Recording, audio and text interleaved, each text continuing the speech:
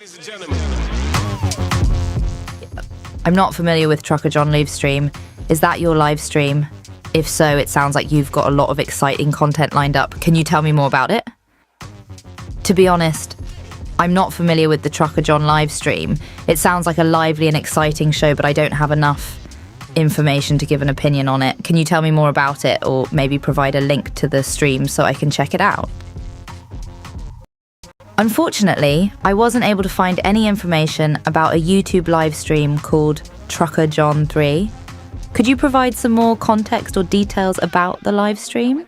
Maybe it's a new or small channel that hasn't gained a lot of traction yet. I'm afraid I still can't find anything about a specific live stream called Trucker John on YouTube. It's possible that it's a small channel that's hard to find, or maybe it's a new live stream that hasn't gained a lot of traction yet. Could you tell me more about the live stream, like how long it's been running, what kind of content it usually covers, or any notable guests or segments? Oh, thanks for providing a link. I see that Trucker John 3 is a YouTube channel with over 50 subscribers. It looks like the channel mostly features videos about trucking, including road trip vlogs and trucker stories. Is that right? Wow, over 1,700 subscribers. That's quite impressive. It's clear that Trucker John has a dedicated following of people who are interested in his trucking adventures. Is he a full-time trucker, or does he just do it as a hobby? So if I'm understanding correctly, Trucker John used to drive trucks full-time, but now he drives for Uber and does live streams multiple times a week. Wow, that's quite the career shift. It's interesting to see how people can pivot from one job to another. That's a lot of hustle. What kind of content does he typically cover in his live streams? Welcome to the Trucker John live stream, where the conversation is always on the move. Join us as we navigate a wide range of topics, from politics to food to movies and everything in between. And don't forget to bring your questions and opinions, because we want to hear from you too. Buckle up and let's hit the road. Ha ha ha ha. Glad to hear that I finally hit the mark. Let me know if you need any more suggestions or ideas for your live stream intro, or if you want to chat about anything else. I'm here to help and happy to keep the conversation going.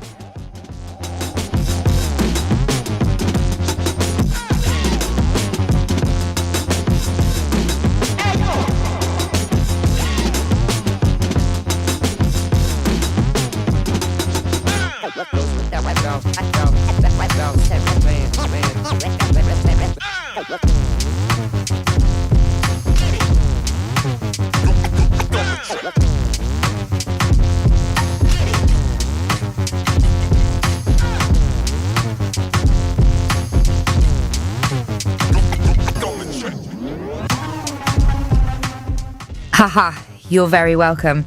I'm glad we were able to work together to craft the perfect intro for your live stream. And thanks for giving me the opportunity to flex my creative muscles a bit. It was a fun challenge.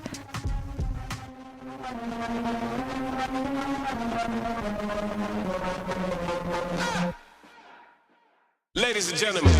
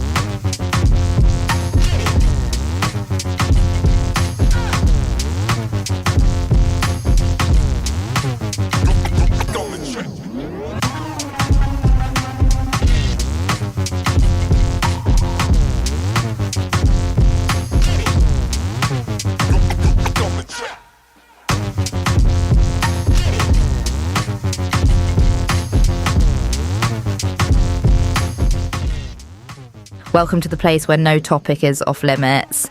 Join me for a whirlwind tour through the latest in politics, pop culture, foodie favourites, and everything in between, with new episodes streaming every Tuesday and Thursday at 9 a.m. Pacific Time, Thursday at 3 p.m. Pacific Time, and Saturdays around 11 a.m. Pacific Time, right after the Hal Sparks show. There's always something new to discover. Don't miss out on the fun. Tune in now. Offered congratulations to the convicted felon Donald Trump on his re-election. Writing officially on behalf of the Scottish Government, he wrote that he is sure Scotland's cultural and social ties with the US will flourish during the presidency of a misogynist, a climate denier, a fraudster, a conspiracy monger, a racist, a far-right politician who tried to overturn an election result both covertly and by inciting violence. Words fail me. What social and cultural ties does the First Minister really think will benefit from a relationship with such a... Look, Donald Trump is actually telling us what the criterion is for every one of these jobs, and that is complete loyalty to Donald Trump. Not experience, not qualifications that we would ordinarily consider, not how good you would be at this work, not loyalty to the people of the United States, not loyalty to the Constitution, absolute loyalty to Donald Trump. And I think he's just making this clear with every single one of these picks. But particularly with the Gates appointment, it's the reminder to the Democrats right now who are in charge for the next 50 days that we have a responsibility to help take care of the judicial system, to help strengthen our court system. We've got 28 judges out there who have been nominated, who are through the process. We need to spend every single minute making sure that those judges get confirmed.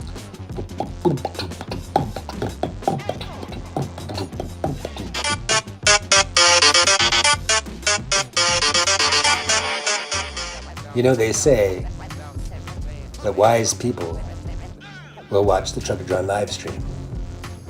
Yes, that's what they say. Are you wise? Meow. Meow. May I take your order, please? Meow. You know I like to mess around with these Snapchat filters. You know I just can't help myself. And now, ladies and gentlemen, the moment you've been waiting for. Trucker John.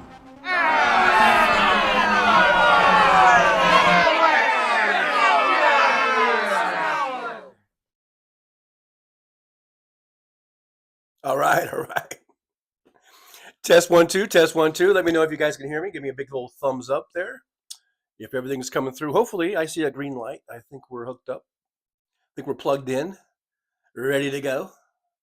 On another beautiful Saturday here. It's 11:25 a.m. in the Pacific time zone. Siri, I do not need you. I did not ask for you. Please go away. I don't know why Siri just came on. But it is currently 56 degrees and with an expected high of, I think it just says 59 degrees. So we're getting some cooler temperatures. It's nice. I like the cooler temperatures. Get a break from the oven of summer that we have here. So it's nice to get some cool temps. Good to see everybody here. Now today, I know for those of you that have been following the show, you know that for the last few weeks, I've been having an issue with YouTube and not being able to go to all messages in the chat, on the live chat. If you guys notice, there's top messages and there's all messages. And I have not been able to go to all messages on my Trucker John channel. If I go to one of my other channels, I could get the all messages. But from there, I can't do all the things that I can do on this channel because this is the channel where the show originates from. It's the Trucker John channel. So I can't do all the things that that the author or whatever of the channel could do. So just before the show, I went ahead and deleted my YouTube app off of here, and I re-downloaded it. And I've done this before. And the chat, now I've got it back. I've got the chat filter on here, and I've got it on all messages. So I've got it on all messages, but I'm afraid to go away from this page at all because I've done this before, and then it disappears. But right now I've got it. We've got all messages, so I can see everything, and I see that Aaron West was first, and then Isolde Zinn says, "Let's go." Big Dog NC is in the house. Good to see you in the old driver's lounge or broom closet, as some have called it. It's not a broom closet; it's just a regular closet behind me. Yeah, Isolde Zinn's here. James Jaramillo, good to see James. We got Deborah Murphy. Hello, Deborah Murphy. Kimchi says, hi, beautiful truckers. Well, hello, beautiful Kimchi. Good to see you. Thanks for stopping on in. Let's see. Who else we got? We got lots of greetings. Roxanne Armfield is here. Deborah Murphy. Mr. Spock, hey, live long and prosper. And that goes to your chickens as well. Or at least until, you eat them. I don't know. Josh is here. Says, what the fuck was that? I don't know. I'm not sure what you're talking about. But I do share that sentiment in what's going on with our country. Kimchi says, TJ, you have lost weight since Ubering, it seems. Bet you missed that truck stop food. No, I go all up and down. I've probably gained weight. I mean, and a lot of those are old pictures. I go up and down all the time, whether no matter what I'm doing. Before trucking, during trucking, after trucking, I go up and down. I go from over 300 pounds to, well, in the last 30 years, from let's say 3 or 305, 310, down to maybe 260. And believe me, when I'm at 260, I look like I'm about 200. Like, remember, people don't believe the weight that I have, I guess. Like, and then some of the really old pictures in there that were from the 80s, that in that little montage there, I think there was a couple in there. Yeah, I was down under 200 pounds, but like, in my 20s and 30s, I was always right around 200. Depending on if I was playing football, my best playing weight was probably about 225, 230. My off-season weight a lot of times was around 240, 245. And then after football, I was able to slim down and maintain around 190 to 205, depending on how much I was lifting and stuff like that.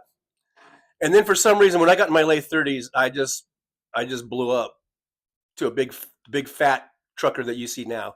So since my late 30s, almost 30 years, right? 25 years or whatever. Oh, wait, is that right? Yeah, I guess so. I guess so. Yeah, almost 30 years. I've been up and down between that sort of, I guess, let's say 250 to 305. I've gone over 305 a couple of times, but anyhow, so I go up and down, and it wasn't just getting out of trucking or whatever. Anyhow, Brooklyn in New York, 471's here. Good to see Brooklyn in the house. Let's see who else we got. Nick Rich is here. Hey, Nick, like number 10. Thank you so much. I'm afraid to even try to refresh this right now. It says 31 watching and 2 thumbs ups. So either a lot of people aren't giving me thumbs ups, or this thing hasn't refreshed. And like I said, I'm afraid to touch it, other than scrolling the chat. But I'm afraid to even try to do anything to refresh it, because I might lose my all messages abilities. So anyhow, make sure you hit the thumbs up for me. Let's see. Deborah Murphy's here. Nick Rich is here. William's here. Hey, trucker, and everyone else. Hey, William, good to see you. Thanks for coming on in, hanging out with us. Our little House Parks after show hangout. And if you weren't with, you don't have to have been watching House Parks. This is open to everybody. So, but hey, let's hang out for a little bit here on this beautiful Saturday morning. Let me know how it's going where you're at. I know, man. It's hard to be chipper and cheery or whatever, but I'm not going to let Donald Trump and his maggots, just make me be miserable all the time. That doesn't mean I'm not going to be here and I'm going to call them out on all their bullshit. That's really where the focus is going to be. I'm going to be like Sting. I'm going to be like, every step you take, Donald Trump and maggots, I'll be there. And I'm going to let everybody know all the fucking bullshit you're doing. Let's all be Sting right now for the next 4 years, and just stalk. We're just gonna stalk those motherfuckers. James Hermio's here. Let's see. There's Kimchi, Aaron, Wes Webb's here. Volume low. Can you guys hear me? Okay. Is the volume too low? I don't really have a volume control. All I can do is get my mouth close to the world's tiniest mic. So if I'm back here, this is one volume. This is how I will set the volume. But let me know if it's low for all of you or if it's just Wes because he's got wax in his ears this morning and he didn't clean them out. Hey, Fancy's here. Good to see Fancy. Hello, Fancy. Fancy seeing you here, Fancy. Stephen Sayers says, is Trucker John on Blue Sky? I am on Blue Sky. In fact, I thought you followed me. Maybe not. Maybe there's another Stephen. But yeah, Steve, I'm over there on Blue Sky. In fact, like I was saying, I'm afraid to exit from this screen to try to go grab the link. But you can just go on Blue Sky, I think, search Trucker John, and I should pop right up. Kimchi says, why does global warming not give us warmer winters? F this BS. I want my fluorocarbons back. Someone's a little touchy this morning. I like having a little bit of cold weather. AM's here. Hello, AM. Good to see you. Thanks for stopping on in. Big Dog Nancy, his Blue Sky is at Trucker John 3. There you go. Thank you, Big Dog. Big Dog. Big Dog in the house. Kike Law. I love the simple, real truth, homemade signs. That's high tech. That is high tech right there. I mean, that's as high tech as it gets, for at least for this show. But yeah, thank you for noticing my little signage. It's kind of a throwback to when I used to do this show from my truck out on the road somewhere at a truck stop, and I would make these little signs like that. So I sort of continued that, and also that's about the extent of my tech knowledge, of my abilities. This is the extent of my abilities. To the best of my ability, it's the extent of my abilities. Willie Weed's here. Is this the Trucker John Reed's chat? It is absolutely. You nailed it, Willie Weed. You nailed it. 2 hours of me reading chats. Because you know why? Because I've seen so many times, especially on Hal's chat, where people are complaining, Hal never sees our chats. He never talks to us. He's ignoring us. None of that here. It's the complete opposite, where it's just me reading your chats. Or sometimes I'll go off on a tangent or two. And when I do that, the first thing I see in the chats is, John's not looking, he's not reading our chats. Big Dog, I'm so proud to be your first. Big Dog, were you my first on Blue Sky? Big Dog? I don't know. Oh, shoot. There's a bug. I just squished it. I am infested with bugs. And I don't have my bug spray bottle with me. I left it in the other room. There's these little bugs, and they're grossing me out. And I just hate it. I'm gonna ask the apartment managers here they should like fumigate this whole fucking place. Anyhow, Nick Rich, I just followed you, Kimchi, Blue Sky social. There you go. Let's all meet up over there. We'll all. I've been hanging out there at Blue Sky.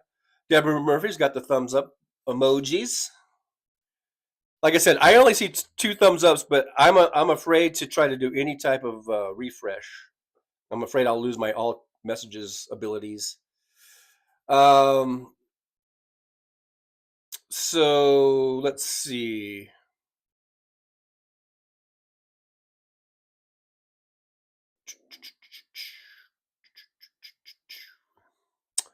Wes Webb lost 40 pounds, gained 20, lost 7, back down under 200. It's the struggle is real, Wes. I feel you. I feel you, man. But yeah, at least you didn't put on like 100 like I did or whatever. But yeah, keep it under 200. I think that's a good goal. Keep it under 200. Like for me, ideally, for me, my perfect weight is probably right. Well, in my old age, like I said, I've always been around 200, over 200 ever since probably ever since my junior year of high school.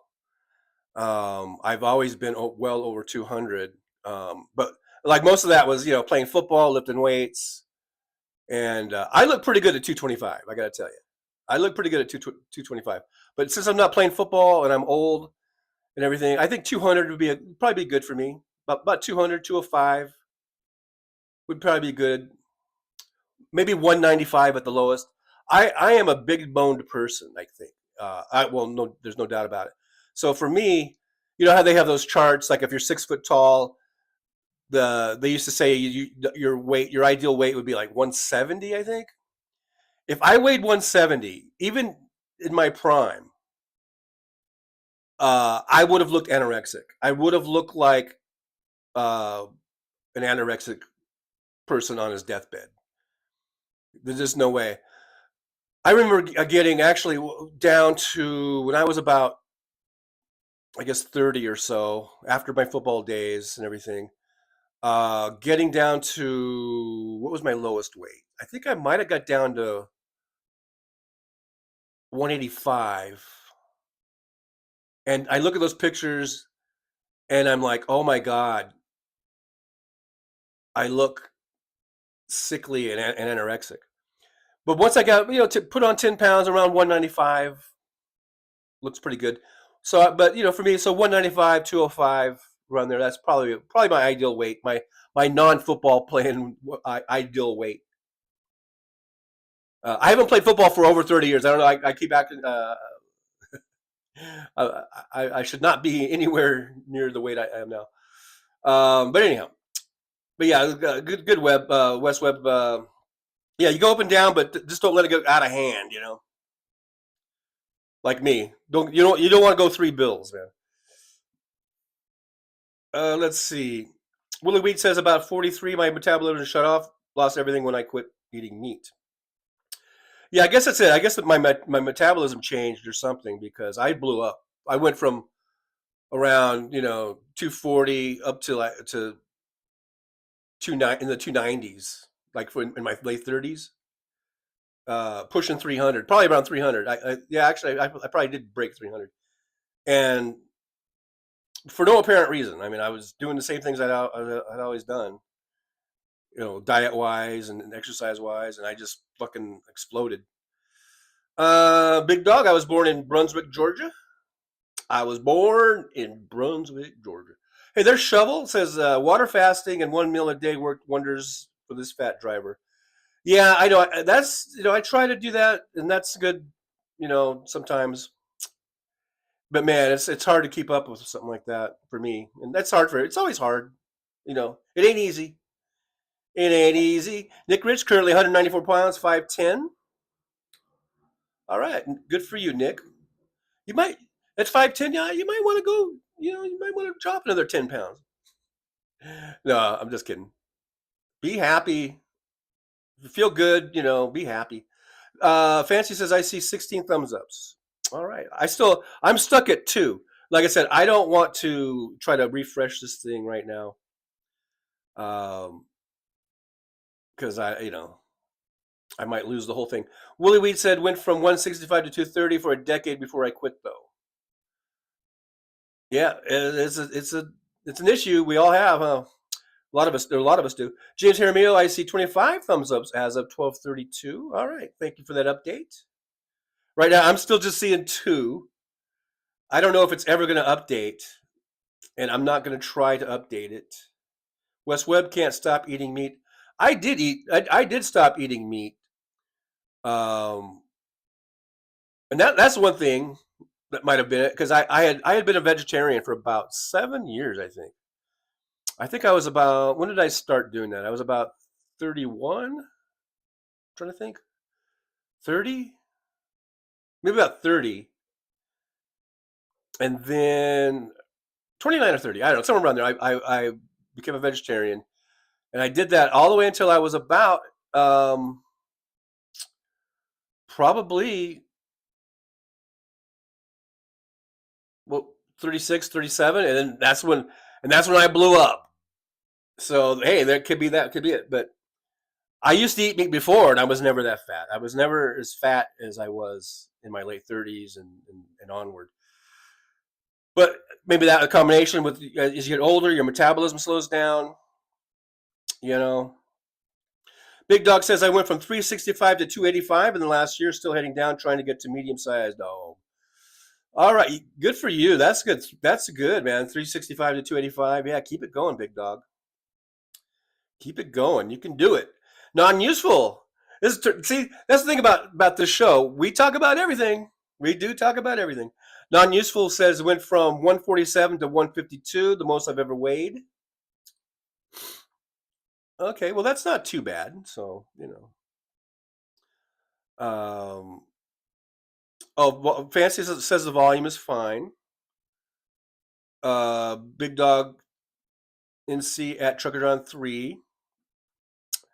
Yeah, you can find me there on Blue Sky, and that's on here too. You can at me here on YouTube at Trucker John 3. David Windler's here. Hey, Dave, good to see you. It says kimchi soon. It will be 130 degrees in Arizona. Yeah, so let's enjoy for those of us that live in like Phoenix and Las Vegas. Let us please enjoy our cool weather while we can, before we do get to 120 degrees and 100 degrees all night long. That's the worst. That's the worst. Like, it's one thing that it hits 120 during the day, but then the cool off is over 100 degrees all night long. Those are the worst days and nights, in my opinion. Willie Weed says I have alpha gal, and it took me quitting chicken breast every day. Finally cured 30 years of high BP2 after a year. See, that's the thing. I've never had high blood pressure.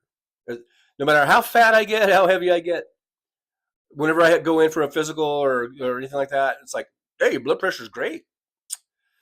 So that's weird, I guess, maybe, kind of. I don't know. Kimchi says, hugs, Dave W. I was just joking around, of course. Love Virginia and having 4 seasons and rain all year. Blue sky, too. Blue state, too. Blue sky, blue state. I got blue sky on the mind, I guess, on the brain.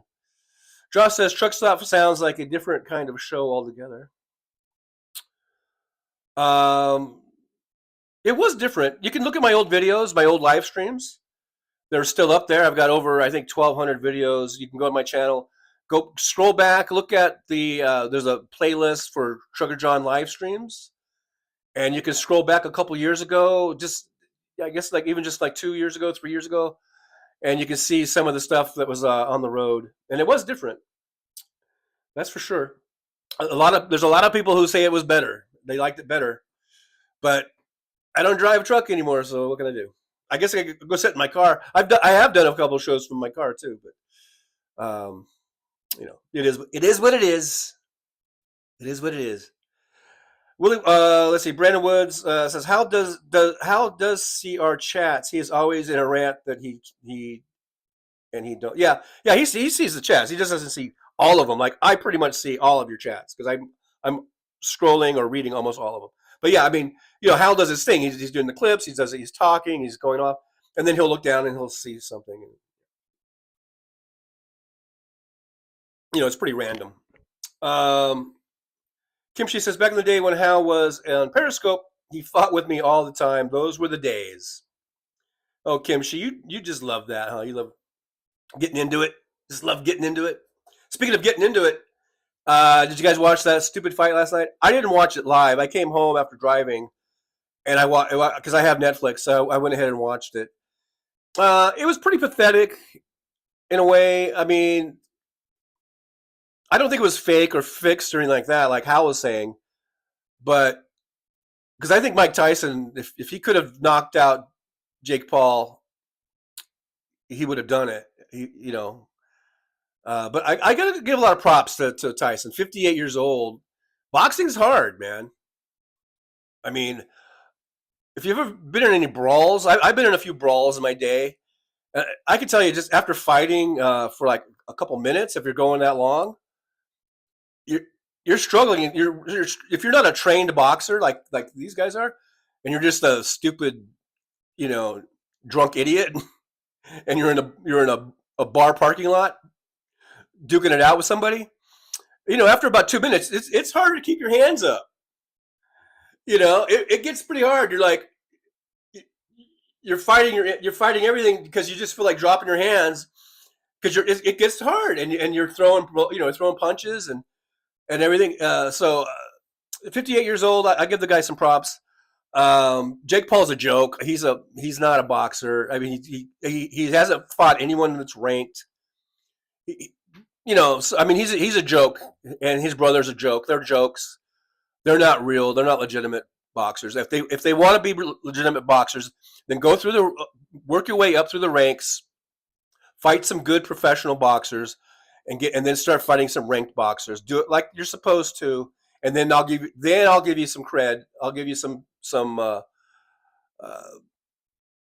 give you some respect. But they're not. They're just performers. So from that aspect, maybe Hal is right.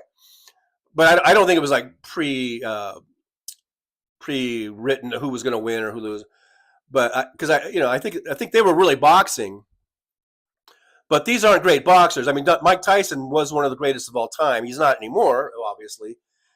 Jake Paul he hasn't proven anything. They showed he's knocked out guys, but he hasn't knocked out anybody of any stature, of any rank, anyone that's in their prime and that's a professional boxer. So,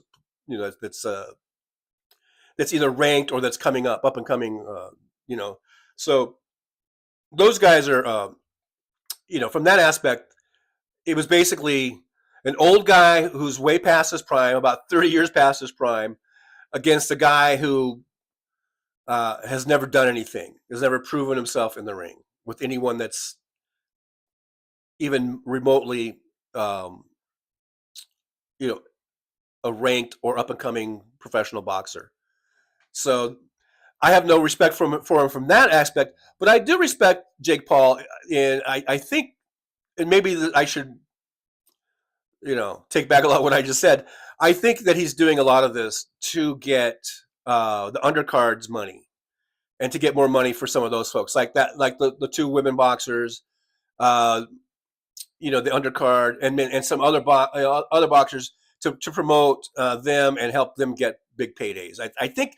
I'm hoping maybe that's what this is all about, and maybe I shouldn't be so cynical, or maybe I'm being overly naive. I don't know. I don't know if I'm being a naive or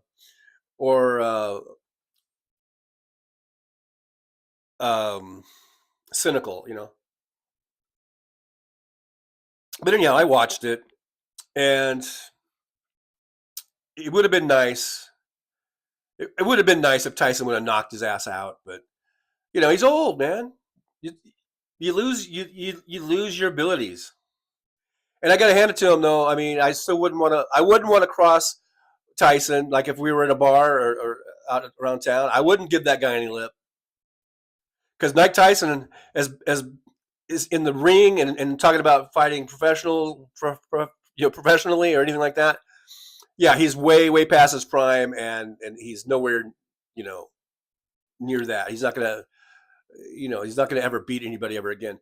But out on the street with all the rest of us schmucks in the world, he could probably still kick 99.9% of just about anybody he's going to come across on the street or in a bar or something.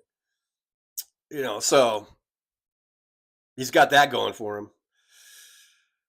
As old as in says, if Hal reads chats, I would rant about big companies being companies using AI to steal art from small creators. Put it in there. Sometimes, occasionally, I've had Hal read my chats out loud. Like, it's been a while, but you never know. You never know. Nick Rich says, I see 32 thumbs ups. I'm still at 2. Like I said, I'm not going to try to refresh this. Brandon Woods is here. Brandon says, Kimchi, I have been told that before. Oh, I must have skipped something. But good to see Brandon over here in the chat. I do skip down a little bit, especially when I get really behind. D.E. Russell is here. Says, hi again, Sparklers. Hello, D.E. Russell. Good to see you. Thanks for joining us here in the chat. The show where the host reads your chats.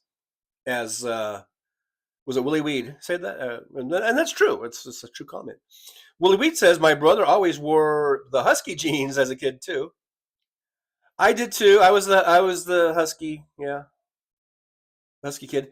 James Jaramillo says, a little rubbing alcohol, peppermint, and lavender oil and lemon juice makes a decent pesticide, at least where I am. Yeah, I've heard about all those sort of home remedies, home things you could do.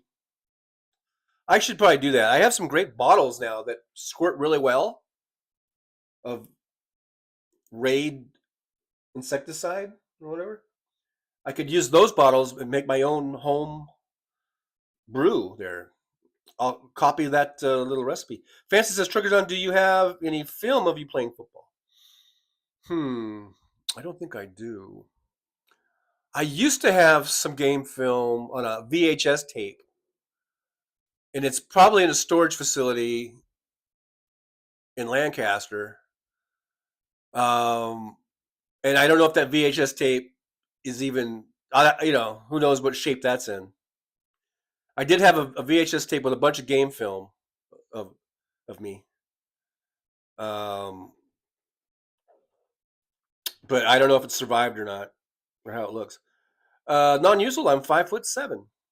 There you go. What my one of my best friends growing up, and was the best man at my wedding.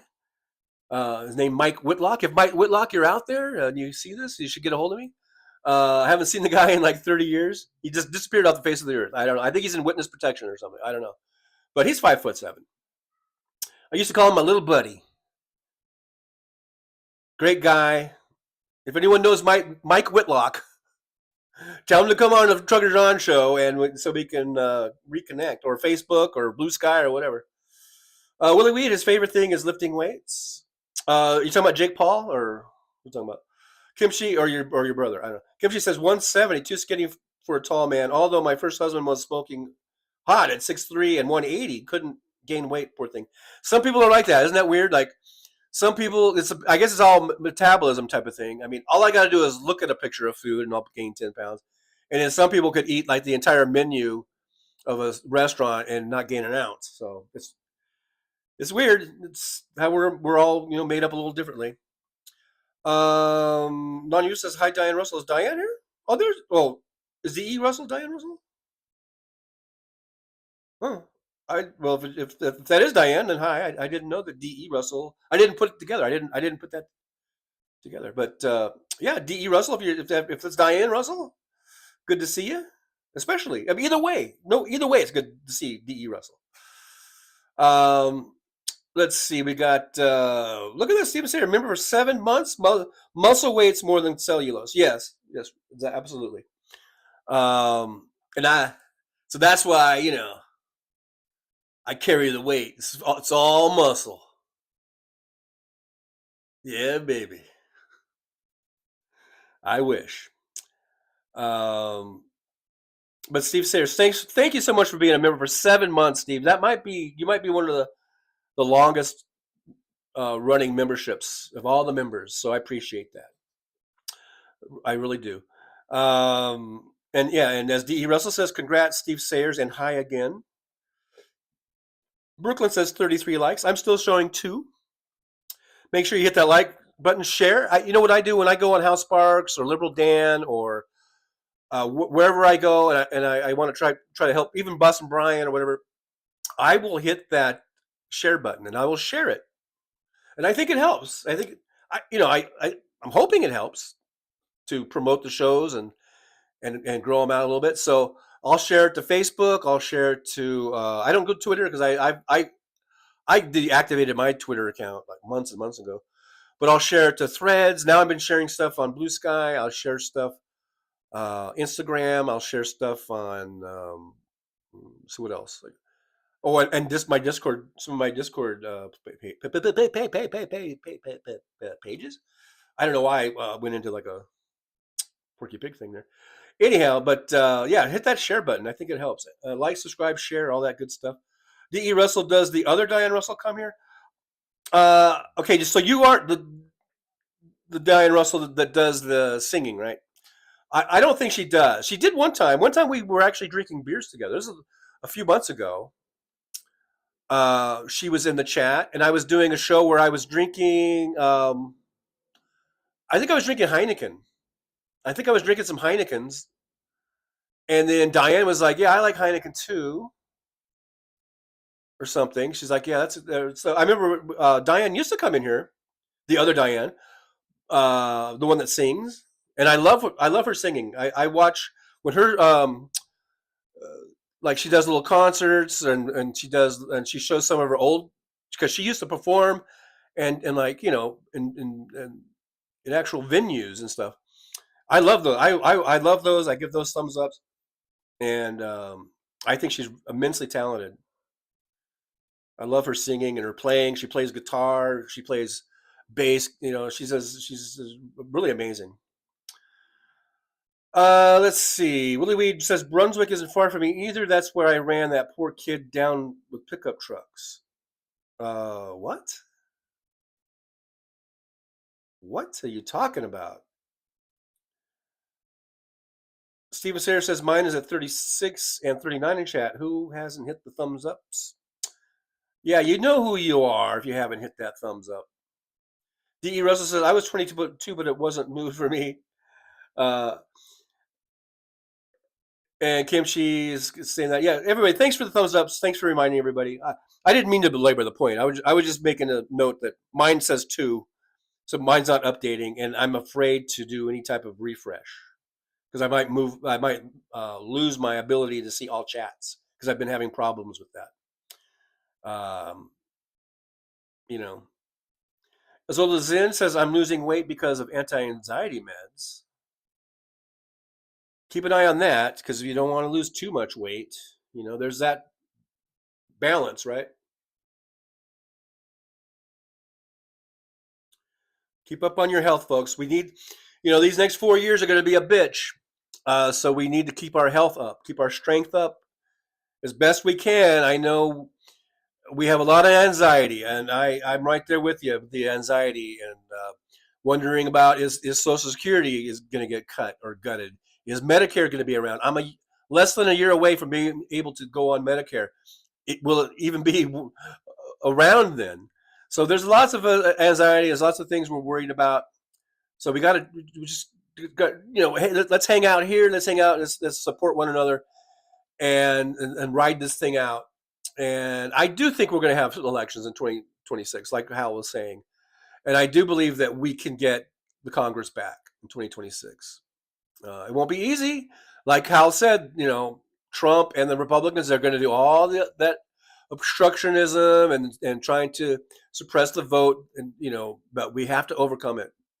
We can't just, throw our hands up in the air and give up or whatever. We got to overcome it. And we've got to just overwhelm them at the ballot box like we did in 2020, like we did in 2022.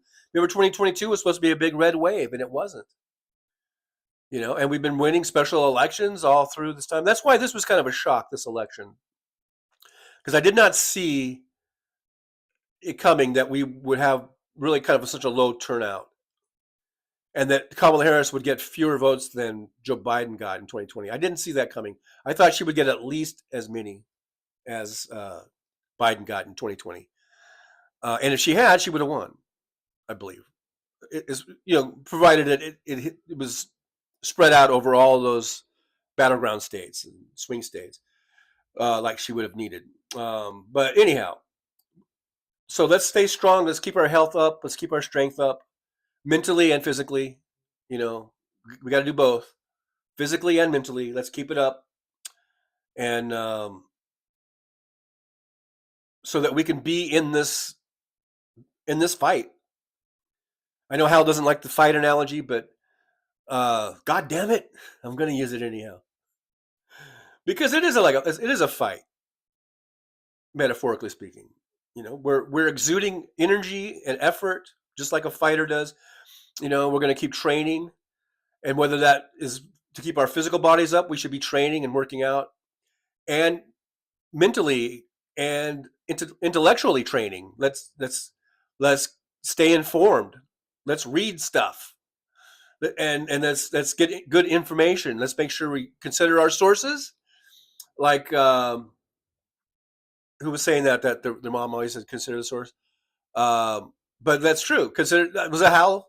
Consider the source, but you know, get good source material. Cross check the information for validity. But let's be well informed. Let's go into this battle with information and knowledge. Let's keep that going, so that we can, we can fight MAGA through our intelligence and our knowledge. I've got a Facebook friend on Facebook that I think he may have blocked me at this point. I'm not sure, but he's a total maggot, and he's all happy, and he thinks that they have a mandate, and that he's under the impression that 75% of Americans are for MAGA and for Trump. And I told him that's a bunch of horse shit. I said, where the fuck are you getting that? And I said, fuck. And he apparently doesn't like that. I'll get to that in a minute. I said, where the fuck are you getting that information? I go, there was only a 64% turnout of eligible voters, and Trump barely got half of those. So that's only out of that 64%, you could say 32% at best, at most, Americans are for Trump and for MAGA, not this 75% shit. And then he comes back and he's like, I was talking about, his response didn't make any sense. He goes, I was talking about voters. He goes, the people that didn't vote, they don't have any voice in this. And I'm like, what are you talking about? That's what we're talking about, the people who voted. So you're making no sense, And then he goes, and also something about, because I said fuck in my post. He said, and if you can't be civilized, I would appreciate it if you'd be civilized and stop with the profanity or something like that. So then I responded. I said, hey, look, because he had posted this chart where, it's one of those charts where it looks like all red, and then there's some pieces of blue here and on the coast and on the coast and stuff. And next to it said like 82% red and like 13% blue. And I'm like, your chart is ridiculous. That has nothing to do with voting. That just shows the areas, and a lot of that red is all big empty land. Land doesn't vote. So then I said, and then in my next paragraph I said, and by the way, I said, what did I say? Oh, because he said I had a foul mouth. And I said, if you don't like my foul mouth, and I said, you delicate little snowflake, then you can go fuck yourself. That's what I said in the thing. I haven't heard back since. I don't know. That might have just destroyed him. But it's it's such phony ass bullshit. It's just the pearl clutching. It's like they can say whatever they want, and he says that I'm attacking him and all this shit. No, fuck you, asshole. I'm not attacking you. But they can say all this shit, and then if I drop an F-bomb, then it's like, it's the pearl clutching. It's like, oh, you're so foul-mouthed, and you're uncivilized. Oh my goodness, you're so uncivilized and foul-mouthed, Fowler. Of course I'm foul-mouthed. My name's Fowler. What do you expect? But they will turn around and vote for the guy who says you're a celebrity, you can just go up and grab him by the pussy. They let you do that. You can just go up and kiss him, which basically describes what he did to E.G. and Carroll. So spare me with your fucking, clutching at your pearls because you're so upset because I drop an F-bomb. But you're going to turn around and you're going to put Donald Trump up on this big podium and fucking worship at his feet, act like he's the second coming of Christ, when he's nothing more than a fucking sexual assaulter, rapist, felon, crook, con man, grifter. That's the guy you're going to praise and put all your hopes and dreams in. But if I drop an F-bomb, I'm uncivilized. I have a foul mouth. Well, fuck you, Ted. I just had to get it off. I had to get that off my chest or shoulders or whatever. Let's see. Hey, Diane Capobianco's here. Good to see Diane. Thanks for being here. Thanks for joining us here in the old driver's lounge. Thank you very much. Thank you very much. Let's see. Nick Rich is here, of course. Scrolling back down. Fancy says, I did to Rich, I have over 11,000 followers. They were nonstop. Why? Is that on Blue Sky? How are you guys? I have 79. How are you guys getting 11,000 followers? What's your secret? I have 79. What is up with that? I don't post a lot of stuff, maybe, but I don't know. D.E. Russell says, my husband went on an all carnivore diet after his heart attack and lost 70 pounds in 7 months. Wow. Yeah, because basically that's all protein and no carbs, basically. I guess, right? Steven Sayre says, both men were in amazing condition. Yeah, I guess. Jake Paul, he looks like a big brute. I wouldn't say he's in amazing condition. As old as in, beating a middle-aged man is lame. That's the first thing I thought, like, before the fight. I was like, okay, Jake Paul is kind of in a bad position because if he beats Tyson, it's like, big deal. You beat an old man. If he were to have lost to Tyson, that would have been fucked up on him, for him, because then you could say, you fucking loser, you got your ass kicked by an old man. It was kind of a no win situation for him, I think. But anyhow, but they made a lot of money. That's the thing too.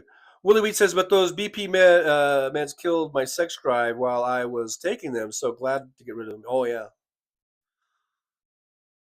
That's important. Brooklyn, NY479, alcohol equals sugar equals carbs. That sounds like a good plan.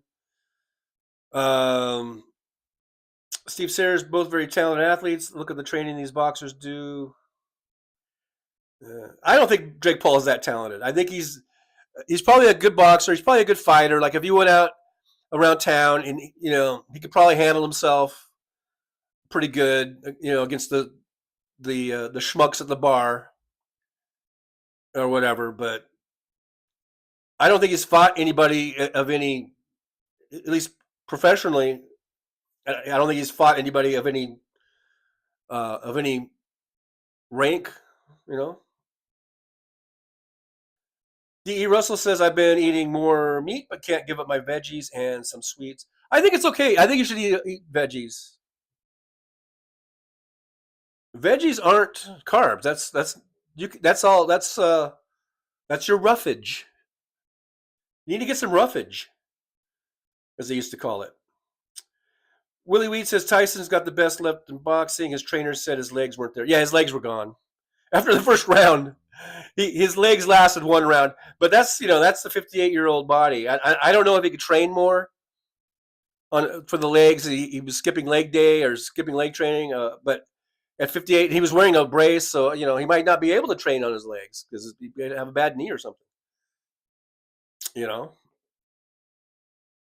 Non-useless says impotent men due to BP meds have a doctor prescribed. Okay, I'm not going to get into medical advice like that. I'm not a doctor, so I'm going to skip down a little bit. Willie Wee Tyson, just a cool dude. Jank ain't fight isn't changing that.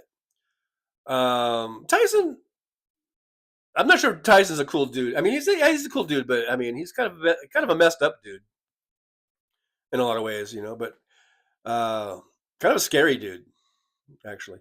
Carol Warner says here to say that Tyson was convicted. Yeah, here you go, of rape in July 1991. Bad character is not a deterrent for people. Look who's going to be president. Another convicted rapist. Bye bye. Yeah, that's a good point. I mean, I think people are allowed to, um, like, he went to jail. He was convicted. He did his time. I don't know if there's been any allegations since then, or in a long, long time. I would like to maybe think that Tyson has changed and become a better person. That's over 30 years ago. So, and I don't mean to sound like an apologist for Mike Tyson or whatever. I haven't been following his life all that much. I know, I think a few years ago or 10 years ago or something, I think he bought a bunch of land in California City to make or be partners in a weed growing operation. And I think he got into that. That's about, I'm just trying to think of the things that I've heard about Mike Tyson in, let's say, the last 20 years or so. I don't think I've heard of any more rape allegations or assault or anything like that, or in a long, long time. And I'm not saying that takes away from what he did in 1991, but I think it's a little different than like, say, a Trump, who I don't think has changed one bit, as far as if Jeffrey Epstein was still alive and they still had the plane, they still had the island, he would get on it right now and go and rape and molest whoever he could over there. But anyhow, I don't know. But that's a good point. He does have that. Mike Tyson does have that history. But like I said, I haven't heard anything really bad about him since that time, or maybe shortly thereafter. Maybe the 90s, the early or mid 90s, there might have been some more stuff. But since then, I haven't heard of him getting in trouble for anything or anything, or allegations or anything like that. So I'm hoping that he's worked on it and he's changed his life, turned his life around. And if he has, I think he deserves to be given credit for that. Whereas Donald Trump has not learned anything. He has not changed his ways at all. He's not seen the error of his ways because he just won the presidency of the United States. He's being rewarded for being an asshole, for being a crook and a criminal and a rapist. So, if we had a 20 or 30-year history of Donald Trump changing his ways, and there's no more either sexual assault or rape allegations, and there's no more criming, no more committing felonies, no more being a traitor, and we go for 20 or 25 or 30 years of that, then I could say, I think he changed. But of course, he would be 105 by then or whatever. I'm skipping down. I'm not really far behind here in the chat. Brooklyn 471 says, when I drank, I called for food to be delivered double the calories and cost a lot. Yeah. The things we do. D.E. Russell says, just what class taught David W. They don't recommend diabetics who use insulin drink because of that.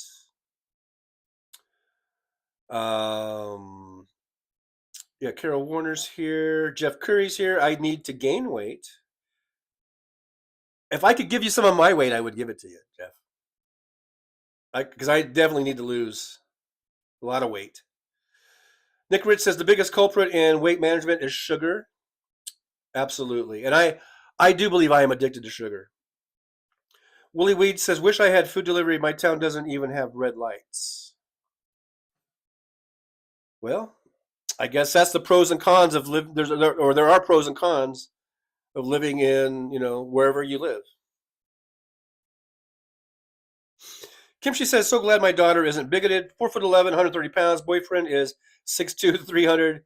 Been there, kissing a giraffe. That's funny.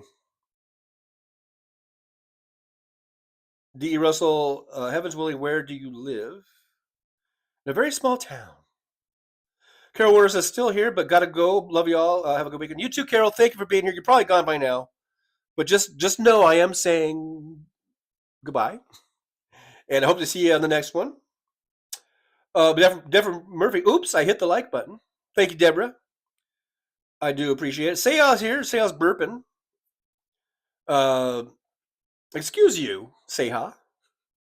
Thanks for being here. I do appreciate you being here, as always.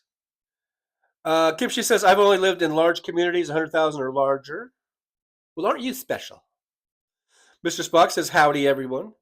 Willie Weed says, Warrington, Georgia, in Warren County, 100 miles east of Atlanta, 40 miles west of Augusta, right below I-20. There you go. We could probably find you now. You just, was that doxing? Doxing?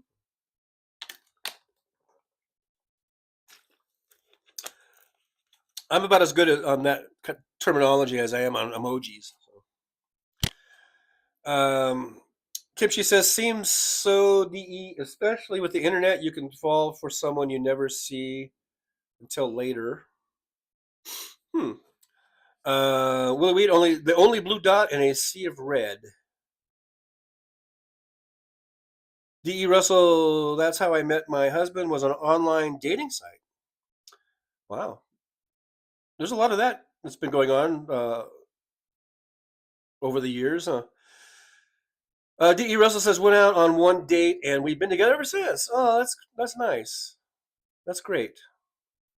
And Kimchi says, oh, Diane, that is wonderful. I am scared to try online. So many stories, you know. Yeah.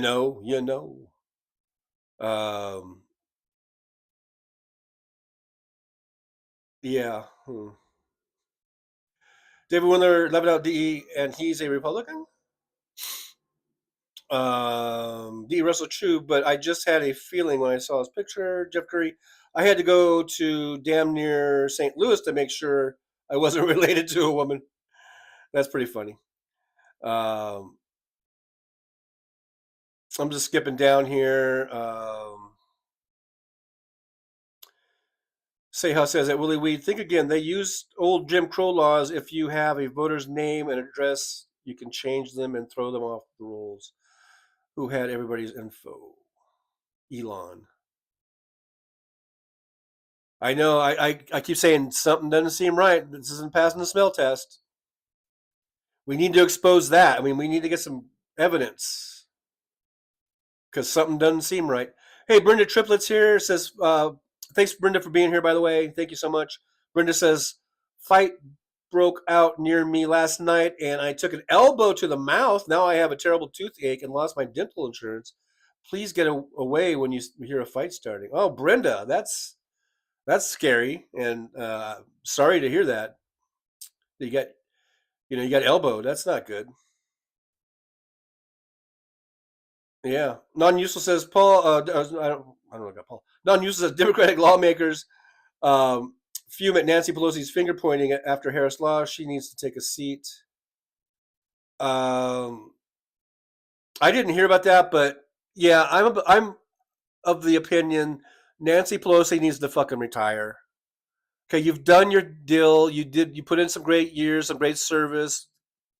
You were a really good Speaker of the House. If anyone's going to get their getting finger pointed at, it should be her. I mean, she was the one that really kind of led in, getting Joe Biden to step down from the race, and I don't think she wanted Kamala Harris. She wanted someone else, but Joe was like, "No, if I'm stepping down, it's going to be Kamala." And so now, because Kamala lost, she probably thinks, "See, I told you, it should have been." I don't even know who she was going to put up, Newsom or somebody. Who knows? I don't know who she wanted, but she needs to. Nancy Pelosi needs to go off into retirement. I'm sorry, that's the way I feel. And I don't mean to sound ageist, but I'm probably going to sound ageist. When these people get up in their 80s and they're still in Congress, still lingering. Come on, it's time to you put your service in, especially if they've been doing this for 30 or 40 years or whatever. Okay, you put your time in. Now it's time to let some younger blood, let the young 60-year-olds in there. That's my opinion. Willie Weed election was decided by 275,000 votes in seven swing states. Yep. D.E. Russell, millions were purged off the voter rolls in red states. Willie Weed's same 7 Elon illegally sold registrations. And I think he's being sued. I didn't read the story. I'm one of those people that reads the headlines. I know I need to start reading more. But I saw where he's being sued for that, for the, I believe it was for those illegal registrations or whatever.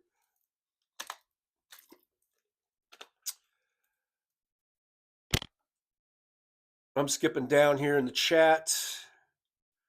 D.E. Russell's hugs to you, Brenda. Hope you can get some help.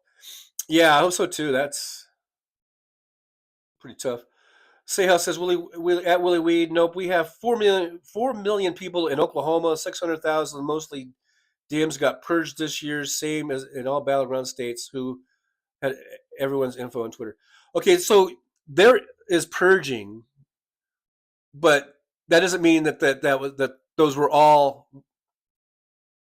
voters. I mean, those could be, a lot of those could be people that died. A lot of those could be people that moved out of the state. So how many votes were actually cast that weren't counted? That's the question. Or how many people were purged, that tried to vote that couldn't vote because they found out they were purged. Okay, I doubt that it's 600,000 were all people that wanted to vote but couldn't because they were purged. I bet you out of that 600,000, a lot of those were people that died and they hadn't cleaned them out. A lot of those were people that had moved out of state and they had, and so a lot of those are probably legitimate. How many of them are actual people that wanted to vote but couldn't because they found out that they weren't registered and it was too late for them to register? That's the question. That's the number you want to find out. Okay? Just because 600,000 people on the rolls were purged, that doesn't mean it was all 600,000 were people that didn't get the vote and that were trying to vote. So that's the number we need to find. Isolde Zinn says that Trucker John, the man who was okay with Trump filleting a microphone, was offended by foul language. Yeah, exactly, Isolde. Exactly. The guy who was simulating oral sex with a microphone was calling me uncivilized and that I had a foul mouth or whatever. Good point, Isolde. Brenda Triplett, my daughter's best friend is a dentist, so I'm hoping she'll get me yeah, that would be nice. Willie Weed going to need my bong for this headache. Hey, Tsunami Bits here. Hey, good to see Tsunami Bits. Says, joke them if they can't take a fuck. D.E. Russell laughing out loud. Zolda Kimchi. If we met and married a Fowler plus a Weinberg, it would make a delicious cockavin, chicken and wine. Okay, I like chicken and I think I like chicken and wine. It sounds good. Sounds delicious. Richard's here from Australia. Richard says, we here in Australia would not put up with the likes of a Donald Trump type character. Well, we're not going to put up with him either. We're going to give him hell. This whole entire 4 years, we're going to be there to give him hell.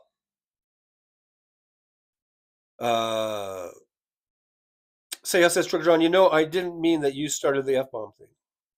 No, I didn't think you did mean that. D.E. Russell says, we don't have credit because we don't like going to debt. Great system.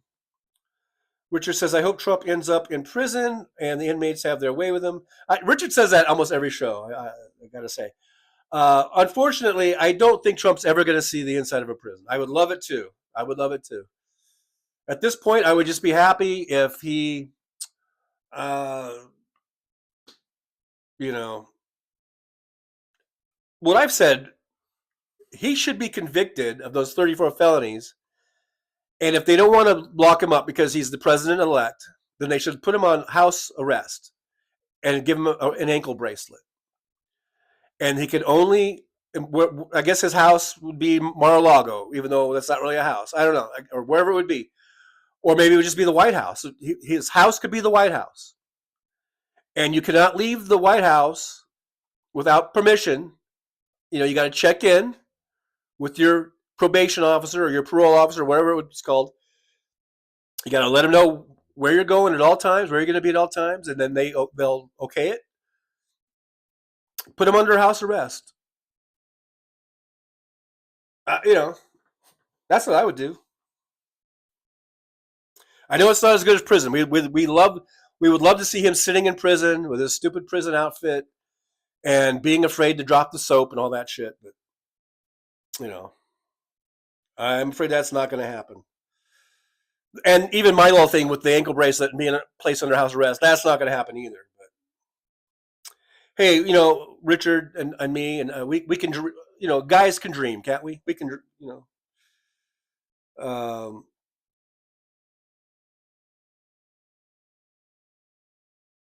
let me scroll on down here a little bit. Richard says that Rocky Marciano was the best. I still think Ali was the best. He was a great fighter, and he knew how to rope a dope and all that shit.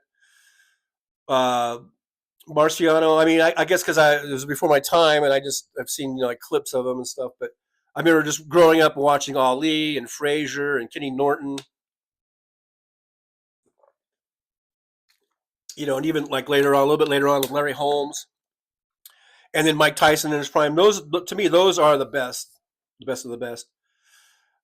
Kimchi says, Willie taking antibiotics on an empty stomach sent me to the hospital. 12 hours of writhing in pain the night before. Wow. Okay, well, don't repeat that. Blind Mellow Jelly's here. Good to see Blind Mellow Jelly. Thanks for dropping on into the chat here.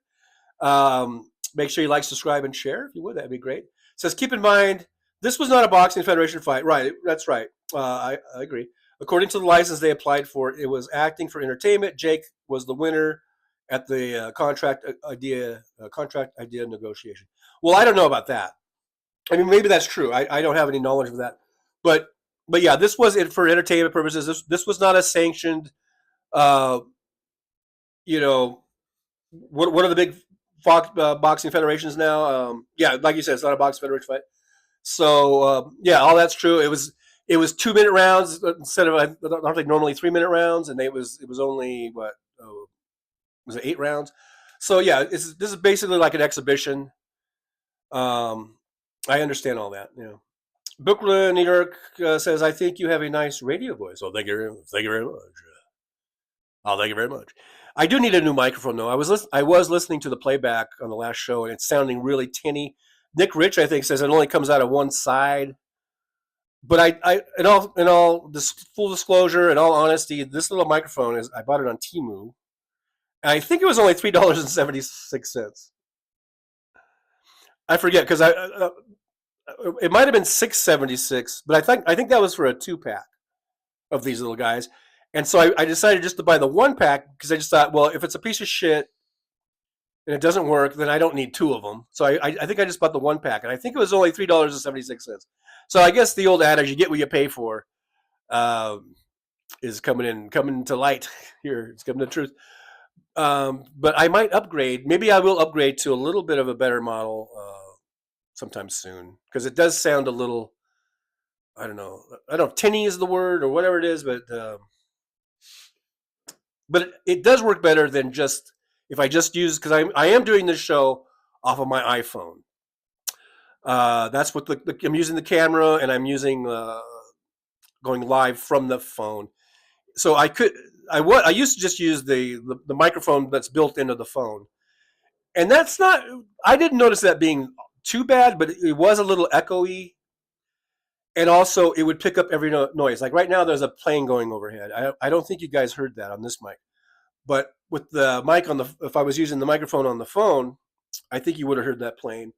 Every now and then, my AC kicks on. You would hear that. I don't think that doesn't really pick up on here. Sometimes if there's loud noises going on outside or work going on, definitely the phone mic picks that up. This one, it picks up some of that because if it's really, really loud, it'll pick it up. But so for the most part, this is a better deal, better setup than using the built-in mic on the phone. But the sound quality is not the best. But for right now, it's doing its job. It's doing what it needs to do, I guess. And I think, eventually I will have a better setup. I still need to go. I need to make a trip to Lancaster, California. I've got stuff in storage. I have a nice desk that would be perfect for the setup in here. I've got other, equipment and furniture that I can put in. And then once I do that, and then I want to, upgrade my computer and make a better setup. But for right now, I'm using an iPhone and a $3.76 microphone and a 6th generation iPad, which I bought I want to say 10 years ago. That's what I'm using right now. But hopefully we'll upgrade. And I'm just noticing that my picture, for some reason, I don't know why, but the picture on my iPad, it shrunk. And I'm afraid to touch it. Again, I'm afraid to touch and do anything because I don't want to lose the all messages on here. Say, wow, TJ is way behind. Well, see, that's the thing. If people say they like it when you read their chats, but the drawback to that is that, it takes a lot of time. So,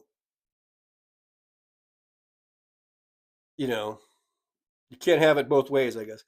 Wes Webb says Jake and his brother are very wealthy, just looking for something to do. Yeah, they are very wealthy. Tsunami Bit says veggies contain carbs. Do they? I didn't think they did. But if they do, I think it's the healthy kind of carbs, and I think it's relatively low carb. It's not like eating bread and pizza and shit like that, right? Willie Weed says Mike and I are same age, grew up with watching the dude. Polar Vortex, yep, my credit rating went way down when I paid off my house and car. Wow. Seha says D.E. Russell, easy Jerry, we just bullshit and typos. Rosanna says, hey, James, always happy to see you, cutie. Blind Melon Jelly, if I say something out of order, you're out of order. You're out of order. Nick Rich, Holyfield's ear didn't grow back. Hey, there's Wes Webb. Member for 7 months. Take BP meds, slow down everything. Wes Webb, thanks for being a member for 7 months. So you and Steven Sayers, both in the 7-month club. I appreciate you guys. I really do.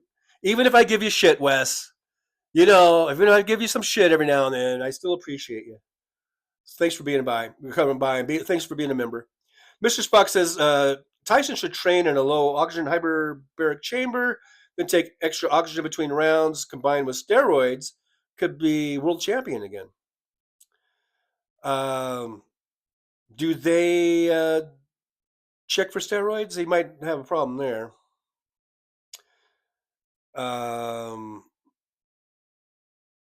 Rosanna says Trucker John, X Heart Rose. Thank you, Rosanna. Thank you so much for being here. I'm glad to see you, joining us in the chat. Always good to see you. D.E. Russell, don't think I was being disrespectful. Tsunami Bed, Tyson weed is fire. Yeah, he grows weed out in California. D.E. Russell, actually not what news say how, but thanks for the welcome. Kimchi says, my dad mellowed a lot with age. He ignored all his children and grandchildren until my half-child stole his heart and saved his life in the hospital. Aw. Blind Melon Jelly says his sticky toad is a high-powered product and he has done well with it. And Mr. Spock says, "Yep, Tyson weed is fire." See, I don't know these things. You guys are the pot smokers, so I'm just learning all this. I mean, I knew he was growing weed. I didn't know it was really like top-notch shit. You know what I mean? Yeah, I know what I mean. Blind Melon Jelly says, "Fear the black means despite his career path." I skipped down because I am really behind, so I've skipped down and I scrolled down here. Polar Vortex, Trump cheated. It's what he does best. Willie Weed, why growing should be legal nationwide for all God's gifts. And you know what? We had a chance. If we kept voting for Democrats, I think we had a much better chance of pot being taken off of the schedule, the whatever they call it, and had a much better chance of ever being federally legalized than we do with these goddamn Republicans.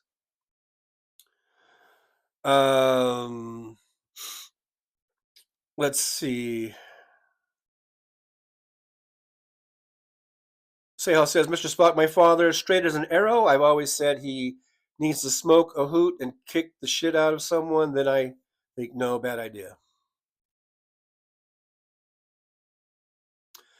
Willie Wheat says his front yard is going to be full of weed next spring.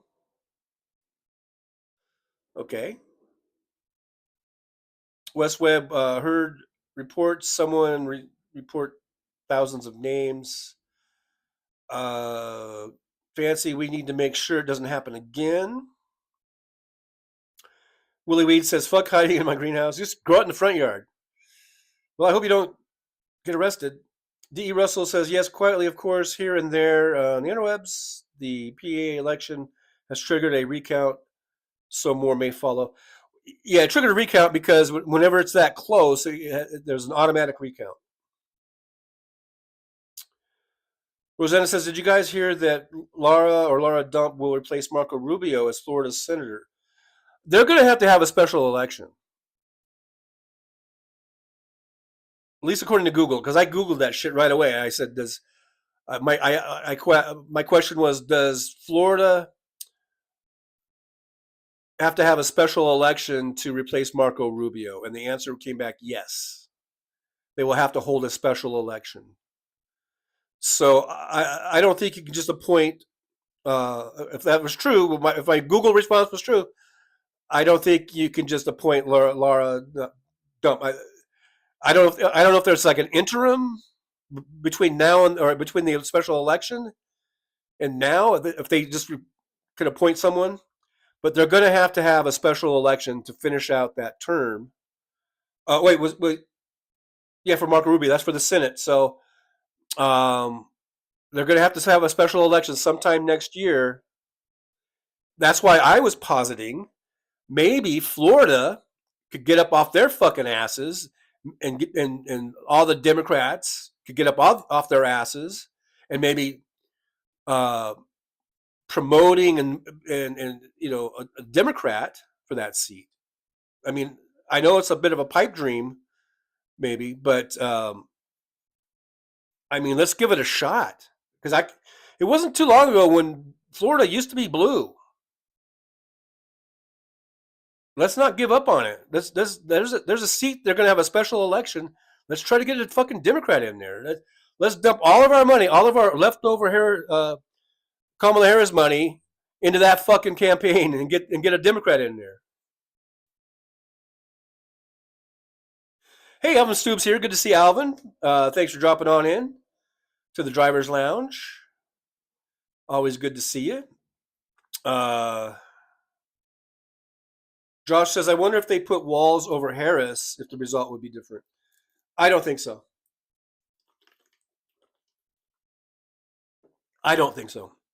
But, what do I know? What do I know? Well, we can wonder and speculate and second guess all we want,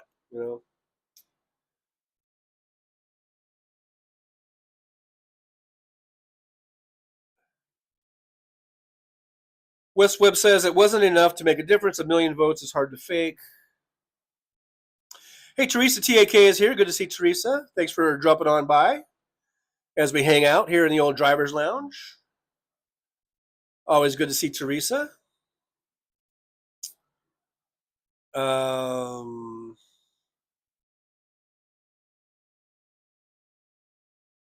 Vortex says, I dream that Trump is a prison and Diddy is a cellmate.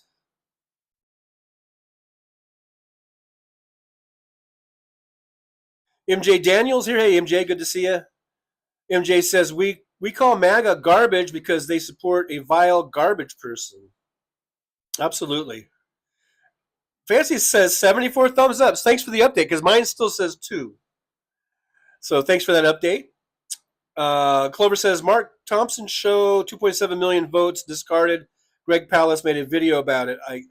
Can I post the link? You can't. You might be able to tell Aaron where to find it, and Aaron could maybe post it. But I do know that Greg Palast is big on that. You know, he's written books about it. He does videos about it. He's on Tom Hartman a lot. So I am aware of all the you know, the shady stuff going on.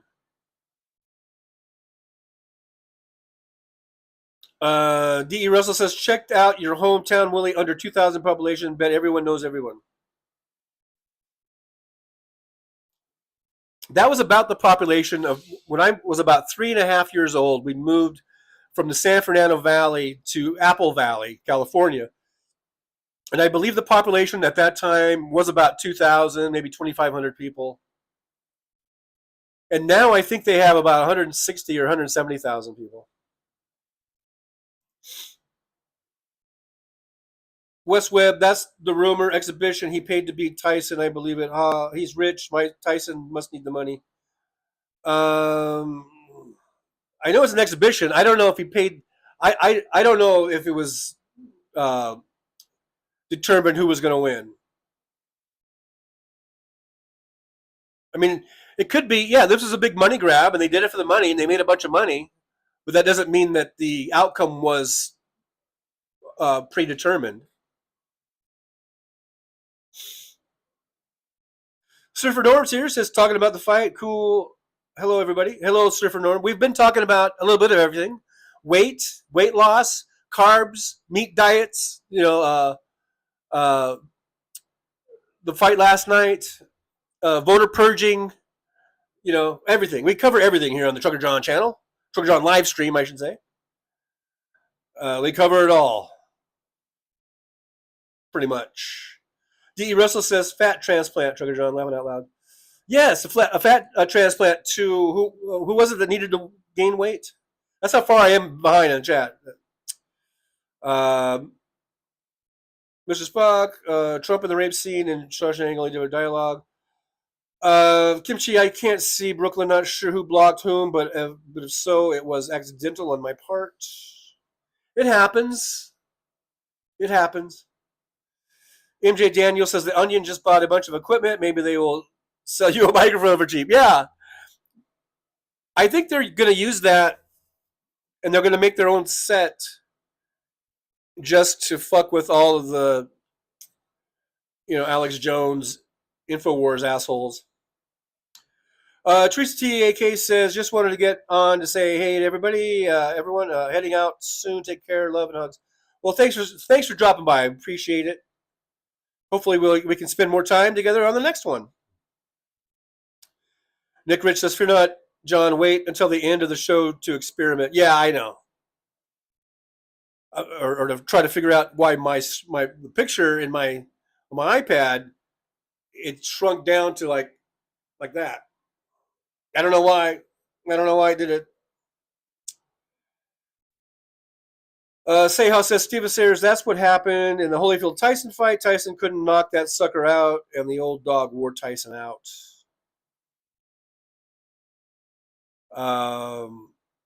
Nick Rich, 8 months. Have you been a member for 8 months, Nick? Or I'm not sure what that's about. Sayhouse says, I like Wes Webb. He's kind of different to me depending on his mood. Kim Shi, member for 8 months. There you go. Best chat interwebs except the sports BS. Well, Kim Shi, you know, you got to take a little of the good with the bad or bad with the good. Like I say, we touch on all subjects here. So, but thanks for being a member for 8 months. That Kim Chi, one of the has gone ahead now of Steve Sayers and Wes Webb for 8 months. Is there anyone out there that can top that? Let me know. Is there anyone who's been a member for longer than 8 months? I'm trying to think that's probably when I first started the memberships was 8 months ago. So Kim Chi, an original. West Webb laughing out loud, say how indifferent. I always read you. I just stopped calling people out. Got in trouble for it from the witches. Mr. Spock says, it's the sitcom I want to do, Kim Chi. It's all in my head. Each week, Trump croaks. First episode, Rudy teaches Trump how to make prison hooch, and Trump gives Rudy monkeypox. It's hilarious. It must be hilarious in your mind. In your mind. As I scroll. I'm scrolling. Big Hook, the Big Canuck is here. Hey, Big Hook, good to see you. Big Hook says, watch Randy Rhodes Friday free show. Everything recapped with a powerful closing message from Jim Stewartson. Highly recommended. Yeah, Randy Rhodes, great show. I've been listening to her since 2004, so 20 years. I've been listening to Randy, and she's good. Willie Wheat says, I already did in 2016, made me homeless. Fuck them. Silver Norm says Republicans will legalize, but with licenses, so only the rich will be able to grow it. Yeah, the Republican Party is the party for the rich, and they fool a lot of working class people to vote for them. Otherwise, they'd never get elected because there just aren't enough of these ultra rich fuckers to win. So they have to make up a bunch of shit. That's why they always got to cheat and lie in order to win over a lot of these middle class, working class people that used to be in large part Democrats. I mean, going back to 50s and 60s and 70s, pre-Reagan. I'm hearing some loud music. That's why I went like this. I don't know. I don't think my mic's picking that up. Thank God. West Webb says thousands of names from one person. Most didn't check out, but the Election Bureau has to look at each one reported. So I guess that just sort of slows everything down. James Williams says, I can drink anything not grain-based. I love tequila. Dun, dun, dun, dun, dun, dun. Clover's here. Hey, Clover, good to see you. So forgets to. I believe in Florida, they have to hold special elections. Now, they might be able to appoint someone in the interim, and then DeSantis might try to drag his feet on the special election, but they're going to have to do a special election. And I don't think they can go longer than a certain amount of months, or they have to do it as soon as possible, which would be sometime in 2025. That's my understanding. That's what I read. Hopefully I got good information. Hopefully I got good intel. They will have to hold special elections. So maybe the Democratic Party should put all their fucking money into trying to run Democrats over there. Would that be a waste of money, I guess? What do you guys think? Would that be a waste of money and time and effort? Is Florida just hopeless? Is there any hope of getting Democrats in those seats? Now, Gates's district, that might be different. It's like MTG in Georgia in a ruby red district. And even though they've run, I think, a really good candidate against her, he had no chance of winning because it's so ruby red. But he did get a lot of votes, I think, if I remember correctly. Is Gates's district the same? Is it so ruby red that there's no hope? But for a Senate, which is statewide, is there any hope there? Would it be worth the money? To dump so much money and basically, I think advertising, campaign ads are probably the biggest influential thing. I really do, and I think knocking on doors is great. Sending out postcards is great. Sending flyers out, I guess, but I really think the number one thing is advertising, whether it's over the radio or over TV or over cable. That, I think, is the number one thing. I really, really do, because that's what people do. People don't really read anymore. They just watch. They either watch TV or they watch cable or they watch streaming. So that's where all the advertising, all the money should be going into that. Into getting campaign ads up on streaming, cable, over the air TV, whatever, that's, I think that's where you win and lose as far as getting support and getting people to vote. I really do. So the DNC should be flush in cash, dump a fucking, I don't care how much you got to spend to get, if we can get a Democrat, if it's feasible to get a Democrat in Rubio's spot, and even in Getz's spot, dump $50 million into it. I don't give a fuck. It's not coming out of my pocket other than the what, $25 I sent to, in two different, that was in two different contributions, about $25 to Kamala Harris. Other than that 50 million, and they're not going to spend that much, but millions of, I don't know, 2, 3 million, 4 million, 10 million, whatever they spend, it's not coming out of my fucking ass, So fucking do it.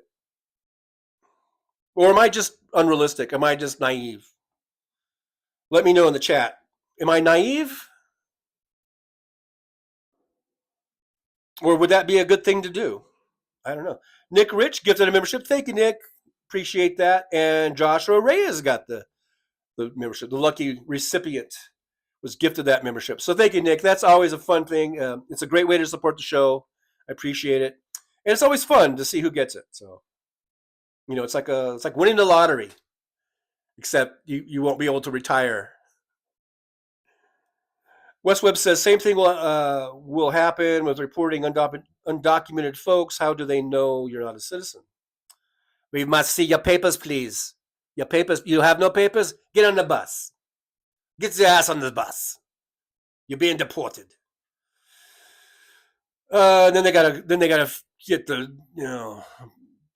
I don't know. They gotta get their papers, their documents, and by then they've been deported to Mexico, and then they gotta try to get back in. Yeah, there's gonna be a lot of nightmare stories, I think, coming out of this. David Windler says pot is God's way. It's God's way of saying He loves us and wants us to be happy. D.E. Russell, hi Joshua. Hello, Joshua. Well, I don't know if Joshua is listening or right now. Joshua might not be lurking. You can still get, if you're a subscriber and you get one of these gift memberships, you could be doing anything, and you'll get a notification in your email account. So I don't know. Joshua could be lurking, but Joshua might not be. Anyhow, Mr. Spock says, I need to get a producer. I don't know. I kind of see it as a graphic AI novel that would be cheap to produce. Go for it, Mr. Spock. Go for it. Willie Weed says, grow bags and camo rope, sit on limb tie rope, not limb tie. That's a whole different thing. 12 feet off the ground. Kimchi, Spock too high to remember the YouTube creators' names. That's what happens when you're smoking the weed. You get that memory loss. West Webb says, in railroad tracks, hobos and railroad workers threw out their seeds. Really? I've skipped down, so I'm like mid-thread of some of these conversations. So, John Lovell's here. Hey, John Lovell. Not to be confused with John Lovett or whatever. In my virtual mind's eye, I see Trump wanting to build a dike around his royal palace in Florida, but his Christian advisors advise against it. In my virtual mind's eye, I see Donald Trump probably grasping at his shirt and croaking and falling over and then shitting all over the place and dying somewhere in the White House in about 8 months from now. That's what hey, I'm just being honest. That's my virtual mind's eye. I can't determine what my virtual mind's eye sees, guys. I'm just saying. That's my virtual mind's eye. My virtual mind's eye has a mind of its own. I can't help, I can't help it. Kimchi said, invited my honors professor to have lunch at my house and go swimming. Forgot we had a giant pot tree growing on top of the pool house. Laughing out loud. Well, maybe it was decorative. You know. Clover says, since Florida taking liberty with history, do they get to redo math too? Yeah, they're replacing it with meth. Boom.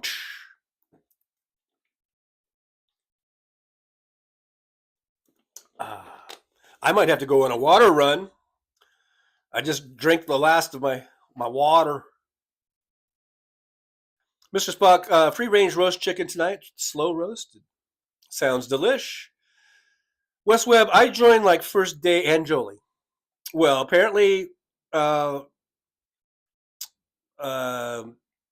Kimchi beat you to it because you're only at 7 months, and Kimchi's at 8 months.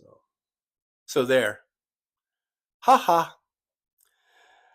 Roxanne Arfield's here. Good afternoon. Oh, Julianne Hayes is here. Good to see Julianne. Patrick McCarty is here. Was you a trucker? I was. I still have my CDL. I guess I could still be a trucker if I wanted to, but I really have no desire. I did my 20 years and I'm done, and I have no desire to go back to it.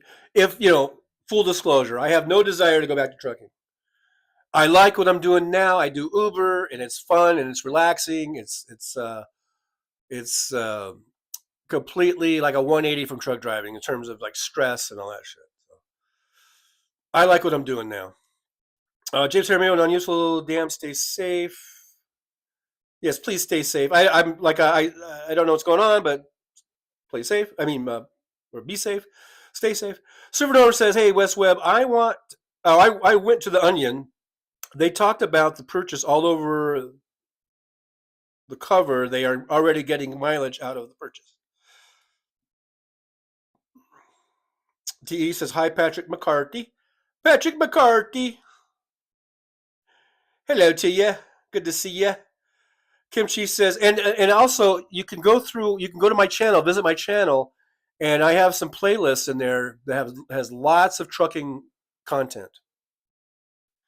From not only I was doing live streams, I also did lots of videos of various places, and might be interesting. So check out my playlists, my trucking playlists. Don't check out my other ones, just that one. Let's see. Surfer Norm says, "Hey, Wes Webb, I went to." Oh, I already read that. I already read that one. Julianne Hayes, hello, Roxanne Armfield. Are you on Blue Sky yet? I'm on Blue Sky. I only have like 79 followers. I think Fancy's got like 12 million already. How come I only have 79? So go find me on Blue Sky. Trucker John 3, I think it is. Kimchi says, "Spock, if you need an editor, I can spot a comma splice at 20 paces." There you go. Well, there you go. D.E. Russell, your audio isn't that bad, Trucker John. Well, thank you. D.E. Russell, thanks for the feedback. And not feedback like feedback, but, feedback. Nick Rich, thumbs up. I'm still at 2. And I have a shrink down image on my thing there, but I guess shrinkage happens. It happens. It happens to the best of us. Mr. Spock says, "I'm dyslexic, Kimchi. I can read really fast when I want to, but writing is messed up. Spell check really helps me, for fuck's sake." Wes Webb, does Joe Rogan own his own voice? I don't know. I don't know. Who knows? Surfer Norm says, D.E. Russell, I don't think they care. They have gotten lots of publicity. What they care about is hits on the site that means advertising. Kim She says, Diane, when he was in Hal's show, it sounded tinny through his phone. Yeah, that's right. I wasn't able to use the mic. I couldn't hook it up with the because when you go on the show, you have to go through a page that they send you to, and when I tried to hook the phone, it wouldn't recognize it when I plugged in, and then I tried to use my earbuds, and the mistake I had is that I had my iPad on also. So when I put the earbuds on, my earbuds hooked up with the iPad, and it didn't hook up with the phone. So the earbuds were useless. My earbuds. So if I'm ever fortunate enough to go on Hal's show again or any show, I will make sure not to have my iPad on, just so I don't have to worry about trying to. And I guess I could have taken the time, but it was my first time on, and I felt like Hal doesn't want to spend time with me during his show with me trying to figure out how to turn my mic on or whatever. I mean, I guess I could have turned off the iPad, and then see, it would have been hard because once the show is going, it's hard for me to go into settings on my phone and then turn the earbuds on. But next time, if I'm lucky enough, fortunate enough to ever go on again, I won't even bother with having the iPad on, just so that when I put the earbuds in, it'll automatically sync with my iPhone, and then I think that would work better. Because I did do another person's just their little live stream one time, a long time ago, a couple years ago. I was still on the road then, so it had to be over 2 years ago. Where I used my earbuds, and it came out really good using my AirPods, whatever they're called. They're the Apple ones. It worked really good. So hopefully, if I have a second opportunity, I'll be able to do that with the AirPod buds. You guys know what I'm talking about.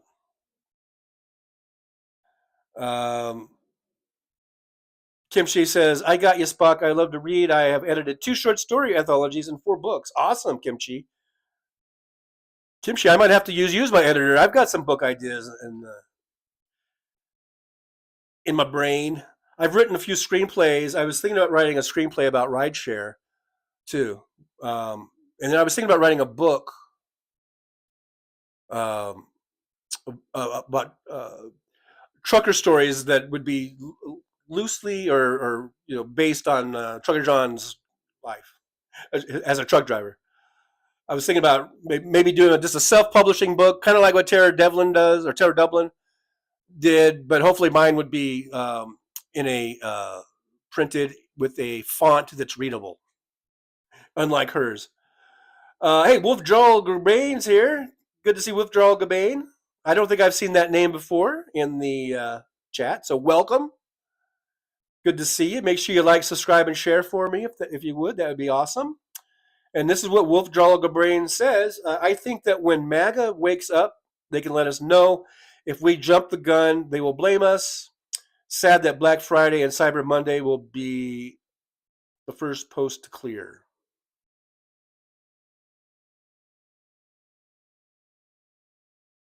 The first post to clear. I don't understand that. Yeah, Patrick McCarthy says, I think they are going to put Trump daughter-in-law in Rubio's seat. Like I said, they're going to have to hold a special election at some point. She might be there on an interim basis between now and the special election, or between because Rubio's still he hasn't stepped down. He's still there until at least January. Now Getz, he did resign from his house. He's his district, his house seat, and I believe they have to have a special election for him. They might be able, so they might put someone on an interim basis until the special election. But my understanding, if I got good intel, is that they will have to hold a special election at some point, and it has to be, it can't just go on and on forever. It has to be within a reasonable amount of time. So that means that the people will be electing. They will be voting. They can't just be appointed. Like I said, maybe on an interim basis between whatever time. Like now, I guess Gates is out, so they have to have someone, I guess, on an interim basis. But at some point, they're going to have a special election, I believe, unless I got bad intel. And for this Mark Rubio. Now Rubio is still the senator until January or whatever, I believe, right? Until he gets confirmed as the what was he, Secretary of State? And then at that point, they're going to have to schedule a special election to fill his seat. But on the interim, maybe maybe that's what they're talking about, that Laura Trump will be placed in there on an interim basis. But like I said, according to what I read, they're going to have a special election, and that's what I'm saying. Maybe we should put a bunch of effort there to get a Democrat in there, and that's why I was posing the question: is that a waste of time? Is that a waste of energy? Is that a waste of money? Or is it actually something that would be worthwhile to pursue?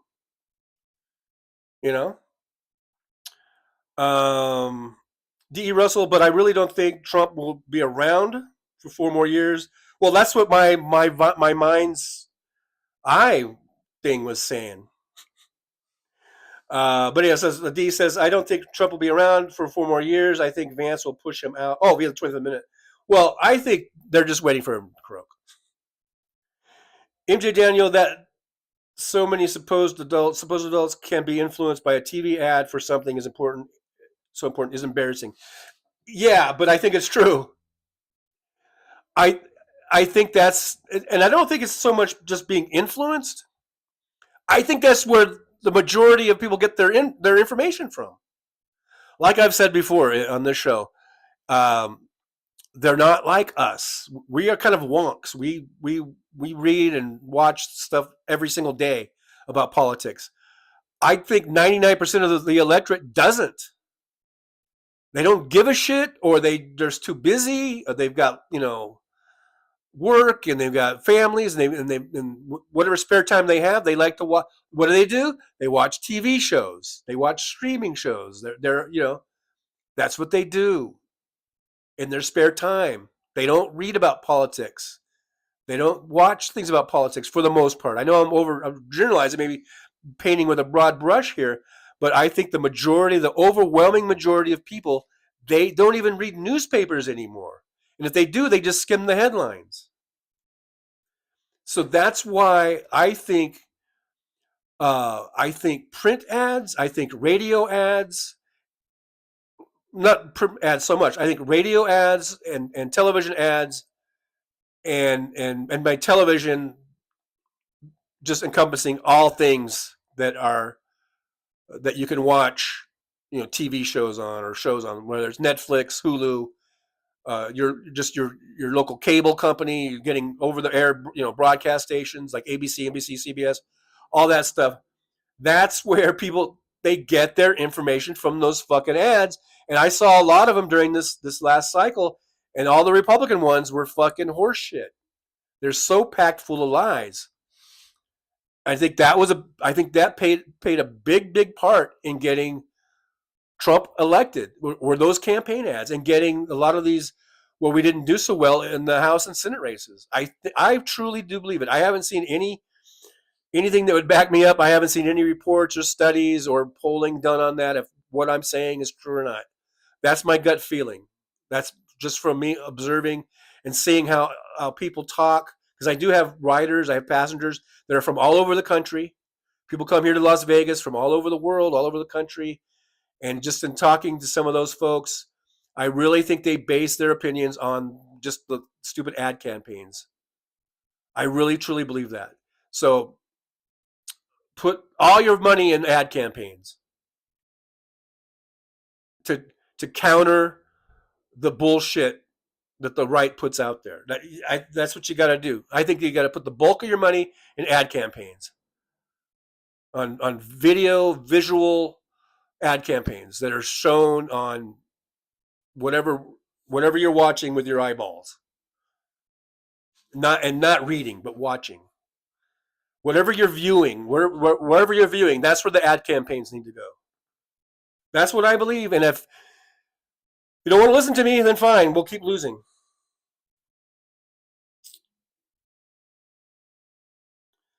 Kimchi says, gross Patrick, she can't sing or run the RNC, but I guess okay. Yeah, she's pretty stupid, that Trump chick.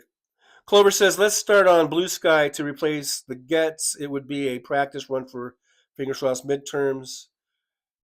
You can do that. You could post all the shit you want on Blue Sky. and it's not going to help that much. I've been seeing people post shit on Threads and on Facebook and Instagram and Tribal, Substack. It didn't fucking amount to a hill of beans. I'm telling you, it's ads. It's the video commercial ads. I'm telling you, man. That's what that's what the people watch. They don't watch Trucker John. They don't even watch Hal Sparks. They don't watch Randy Rhoads.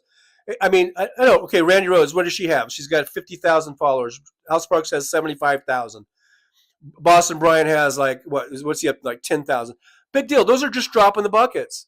But assholes like Glenn Beck and Russell Brand and even Alex Jones, they get millions and millions and millions. And maybe a lot of those are bots. Maybe a lot of those are paid or whatever. But still, they're getting their message out. We're going to get our message out through ad campaigns. I not solely, but I sincerely believe that 100%. And I'm not saying that Randy Rhoads and Hal Sparks and Trucker John and I'm a third person now, Boston Brian, Major Ojeda, all the folks we listen to, that we should just stop what we're doing, because I think every little bit helps. Every little bit helps. Brian Tyler Cohen, he's one of the few that actually has, I think a couple million followers, which is amazing. And I remember when he first came out and he had nothing, and now in just a few short years, I think he's got 2 or 3 million followers, I think, which is amazing. And he's good. I really like Brian. But did that do anything? Not in this election, it didn't. Now again, going back to what I've said before, also, Kamala Harris only had 3 months. And she only is losing overall, I think, by a percentage point or two. I mean, if she had the full year and a half, or even if she'd had 6 months or 9 months, that might have been enough to make the difference. So, I mean, time is so important because, like I said, people go listen to Rachel Bitecofer. Go read a Rachel Bitecofer book. Or go watch whatever you can find. I don't think she has her own YouTube channel, which is a shame. She should. Because the only thing I've ever seen her on is like guest spots on, I think, Pac-Man and maybe Brian Tyler Cohen and maybe whatever. I don't know. I've seen her on just sort of guest spots.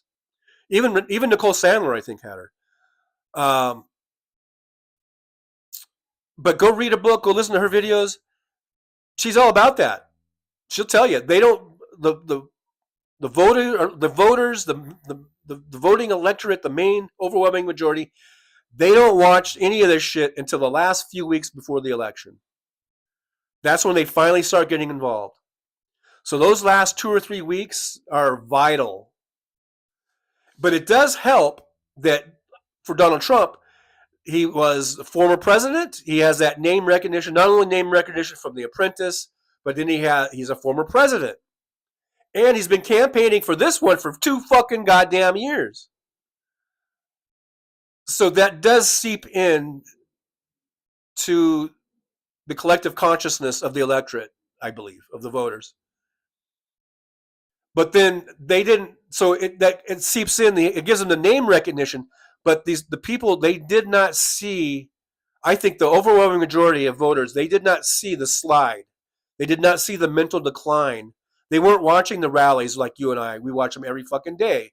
Most of us in this chat with Hal and other sources. We saw the mental decline of Donald Trump, and it was stark. It was stark.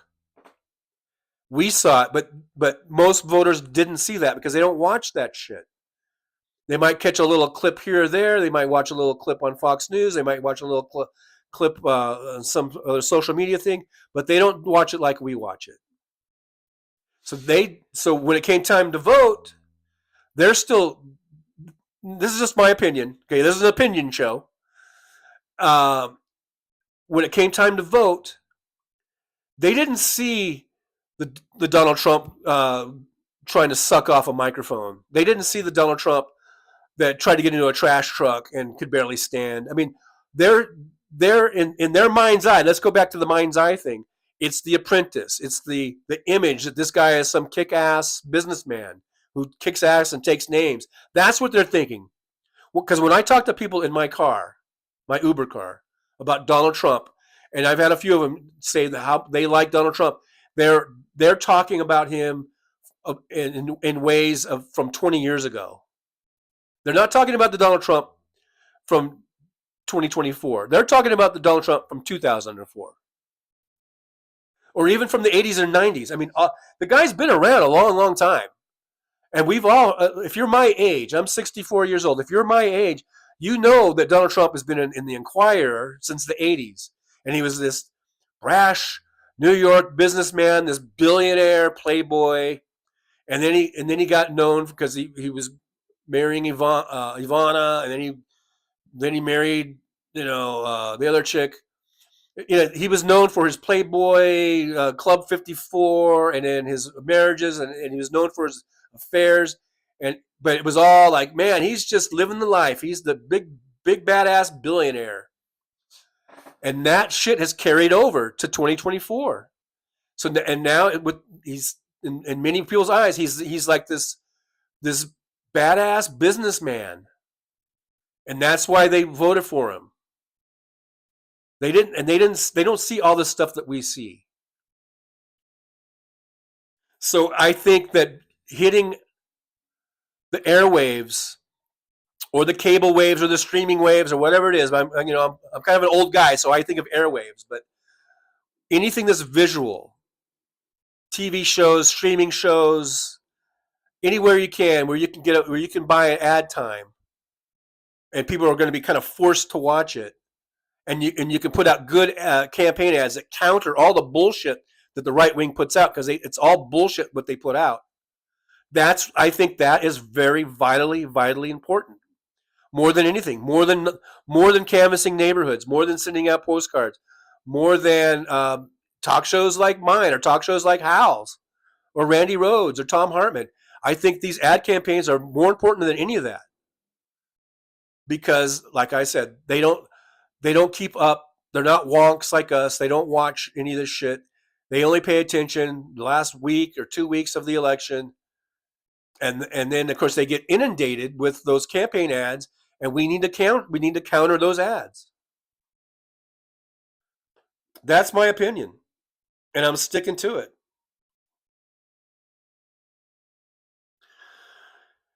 MJ Daniel, I'm back to the chat here. MJ Daniel says that is what Vance and Heritage Foundation people are hoping for, DJT dropping dead. Who knows? I mean, the guy might live to be 100. I don't know, but he looks like shit. Patrick McCarty says Vegas odds say he won't do all 4 years unless they weaken at Birmingham. D.E. Russell is here. Kimchi, Brenda Triplett. They had to restock their fridge and said eggs were $8 a dozen, which is bullshit. I've never seen $8 for a dozen of eggs. Like I said, I've been buying them for. I just bought some for, I think, $2.99 the other day at Albertsons.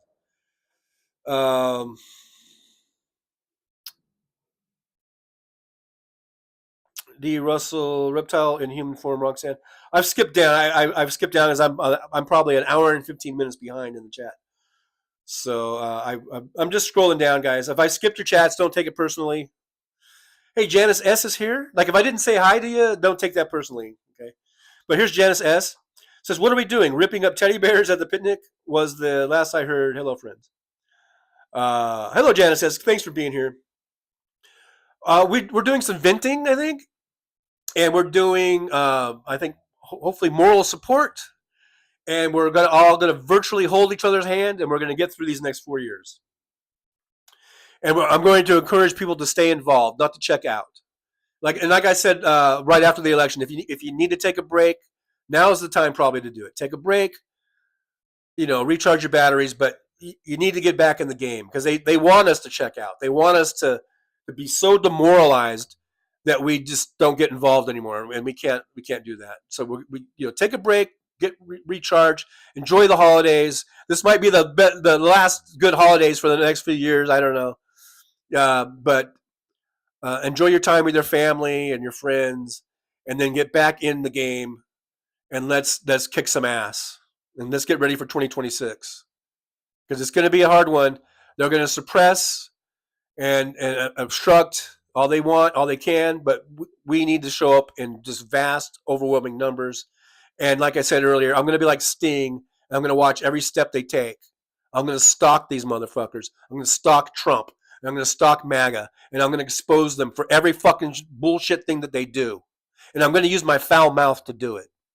And if you think that that's not being civilized, Ted, I'm talking to Ted now, then fuck you. You can go fuck yourself, you stupid maggot fucking motherfucker who thinks that it's okay to elect a traitor and a rapist and a felon to be the leader of our country just because you think that the Department of Education should be eliminated because they're indoctrinating your kids and your grandkids. Well, fuck you, you fucking moron.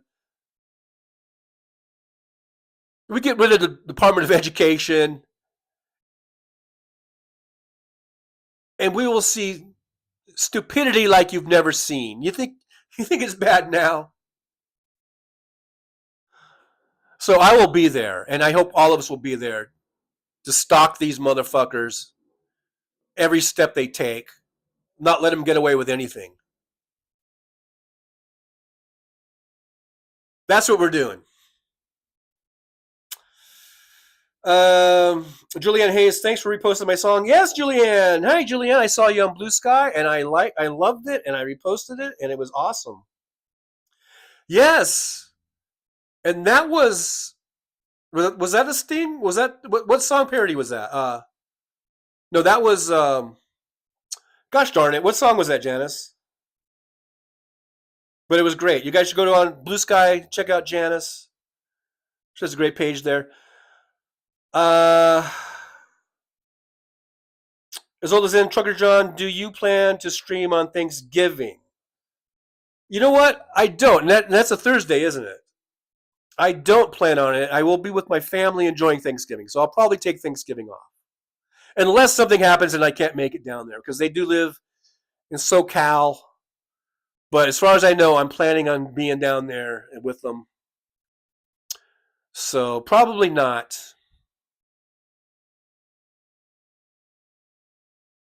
Unless I'm just sitting here in my apartment. Then I will. And it'll be like Trucker John's Lonely Thanksgiving. But hopefully I'll be down with my kids and we'll do that. So I'm not planning on doing a live stream on Thanksgiving. Unless I'm driving. I haven't worked out my itinerary yet. If I'm going to drive the night before or on the morning of. I could try to do a live stream from the car type of thing for a little bit, maybe for a few minutes, because then the signal is spotty when you drive across the desert, and all that. So I guess TBD. Let's put a pin in that, and I'll let you know. And I hope all of y'all have a great Thanksgiving, by the way. And you can, to me, Thanksgiving is Thanksgiving and Christmas, but I think even Thanksgiving more so is a great time, to be with family. And to me, that really starts the holiday season off, is Thanksgiving. So if you can be with family and friends, I highly recommend it. I think it helps lift your spirits. Unless your family is just such assholes. Like I can't go with all my family. There's part of my family that I will not be seeing. But I will be with my kids, and I love my kids dearly, and so that's the main thing. Well, I'll be with my daughter. See, that's the thing. And then when your kids get married and start splitting off into other factions, sometimes you got to make these choices. And my son and his wife are going to go to her mom's place, and my daughter, we're going to go to her boyfriend's mom's house. So I won't be with my son this year. But that's okay, because things happen. That's what it's not a personal thing. It's not, that just happens. Like even like I remember when my kids were young and when I was with my ex at the time, whatever. I mean, we kind of had to make decisions, like if we were going to have it at our house or have it at their house, or like my folks' house, or if we were going to go to another family member's house. We kind of alternated, and took turns or whatever. So, but that's okay. It's as long as you're with somebody and everyone. No one's feelings are hurt. Everyone understands that sometimes you can't be at one house. You got to be at another house. And usually it would get rotated around. So, and the years go by so fast. Anyhow, So anyhow, D.E. Russell says, "God, that just fires me." Server Norm, Dems create programs to help the average American. Mr. Spock says nobody would never figure out how someone could do that and not be there. I know I'm mid-thread here, so because I skipped down a whole bunch. MJ Daniel says DJT found dead on the toilet, phone in his hand mid-tweet, surrounded by empty quarter-pounder boxes. Yeah, that seems like a very possible scenario. Willie Wheat says they were the last to solve the cult problem and did so simply legally identifying what a church religion is. Brooklyn says tax churches. And that's kind of what Hal was talking about, that why they love Donald Trump so much, so that won't happen. I don't mind churches having like a tax exempt status, as long as they don't preach politics at the pulpit. And a lot of them have been doing that, and so they need to lose their tax exempt status. Hey, David in Grand Prairie, Texas, is good to see you. Good to see you. It says vibes from the internet too, or thumbs up vibes from the internet too. Thanks, David, for being here. Good to see you. Always good to see you. MJ Daniel, social media, Democrats need to use social media more effectively than they have been. Absolutely. I absolutely 100% agree.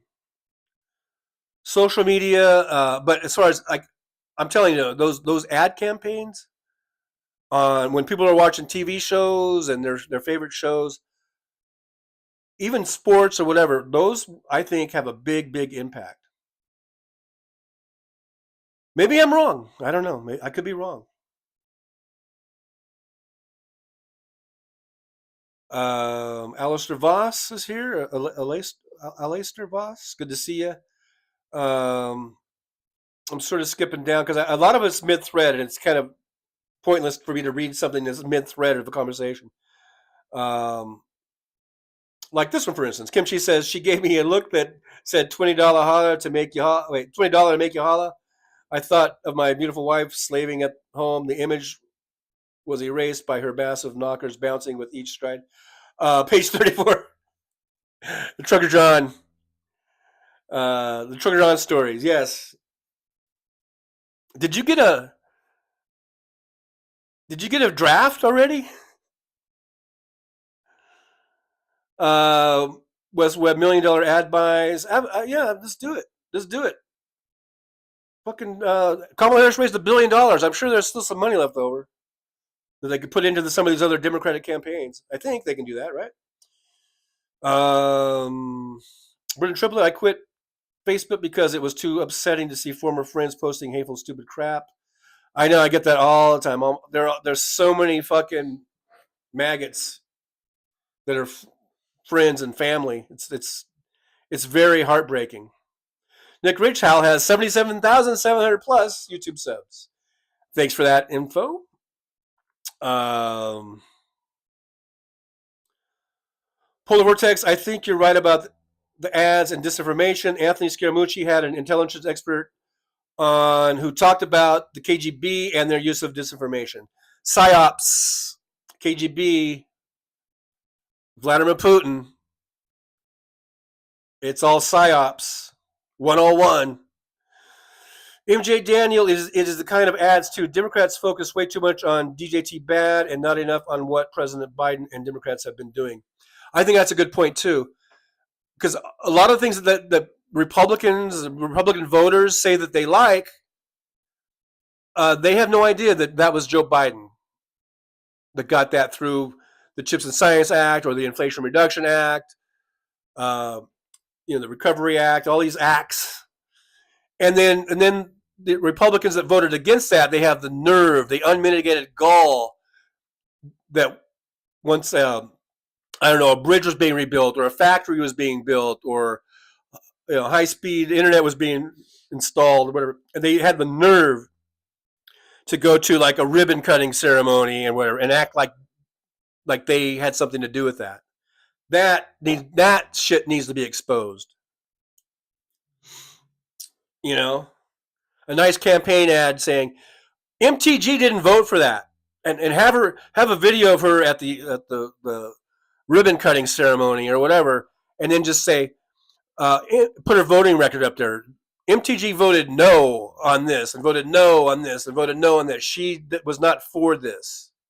Don't let her fool you. Although, like I say, MTG's district is pretty ruby red. That might be a waste. I just thought of her because she was doing that shit. But maybe there's some other ones that are maybe going a little purplish, or there's a chance, and just attack that district or whatever it is. West Webb, I go on and debate the ones who aren't assholes, Brenda Triplett. There you go. West Webb does not debate assholes. Except for me, apparently. Let's see, we got Donna O with a $5 super sticker. Thank you, Donna O. I do appreciate you. And that's cute with the little hippos poking up over the water, out of the water. That's cute. Thanks for supporting the show. It really does help. I appreciate everyone. Like, subscribe, share. We got super stickers, super chats, memberships, buy me a coffee, all that good stuff. And maybe I'll get a better microphone. Jolie's here. On my way from seeing Fiddler on the Roof. Great show. Hey, Jolie, thanks for being here. Look, we went so long, over 2 hours and 17 minutes. We went so long that Jolie could actually come in. I'm glad you had a good time, Jolie. I really am. I'm glad to hear it. That you were able to do that. Janelle says, people Googled, asked if Biden was still running. Yeah. These things were spiking. Like, can I change my vote? What's an authoritarian? What's a tariff? That's the type of shit I guess we need to hit before the election. Maybe we should have done $1 million ad buy explaining what a tariff was before the election, and emphasizing this is what Donald Trump wants to do. And when he does it, all your prices and everything, all your goods are going to go up 20 to 60%. Anything bought in China is going to go up 60%, and almost everything we buy is from China. Maybe we should have done that. I don't know, maybe there were, but I didn't see them. Janelle Walker says, people Google, oh yeah, it's still running.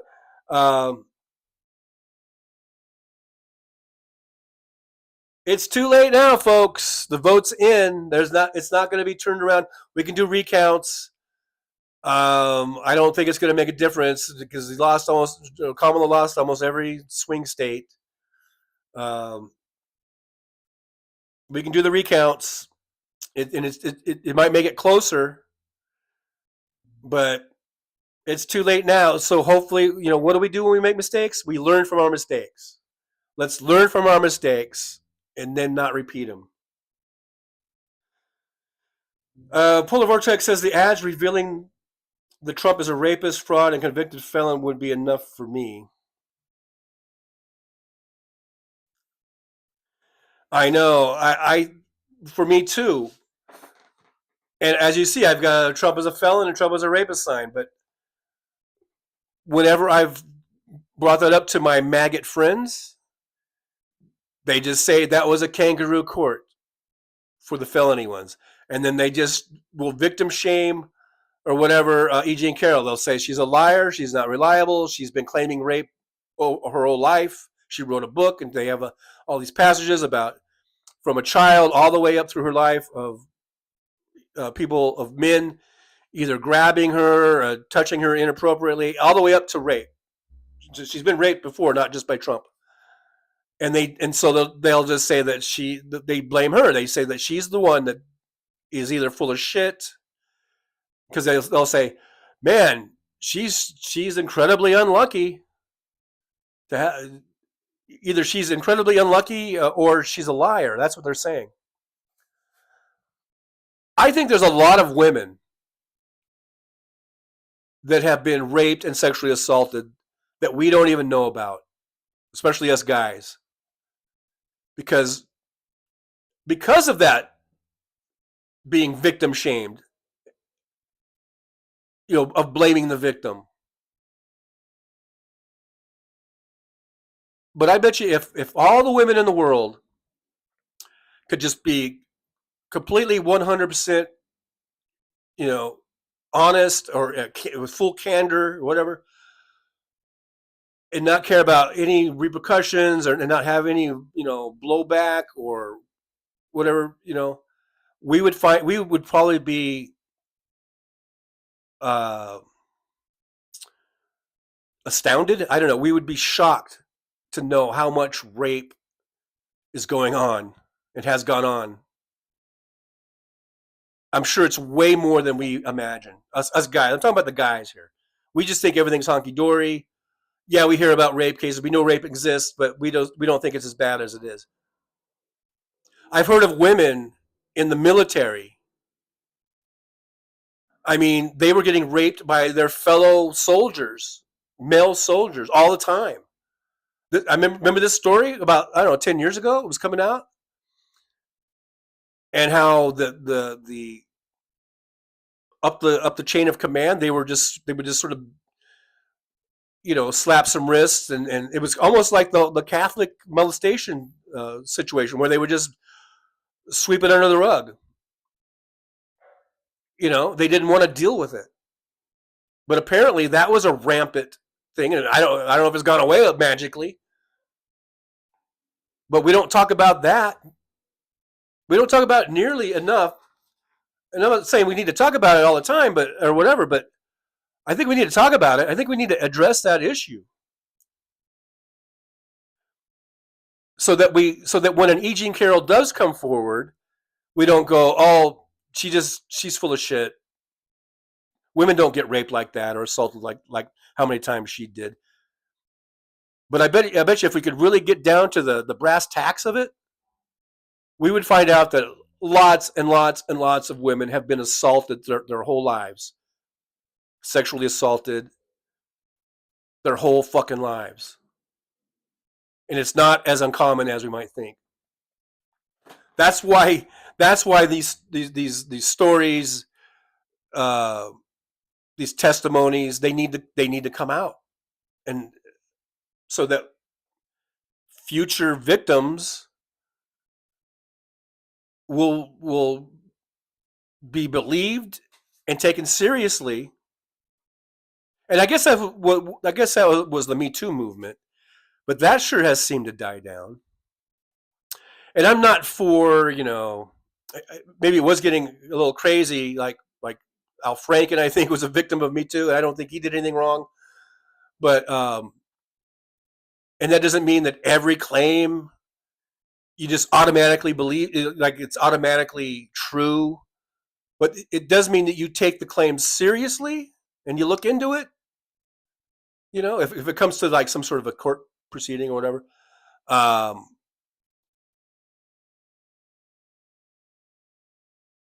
what I'm saying is, E. Jean Carroll, they try to victim shame her or blame her or say she's a liar because in her book she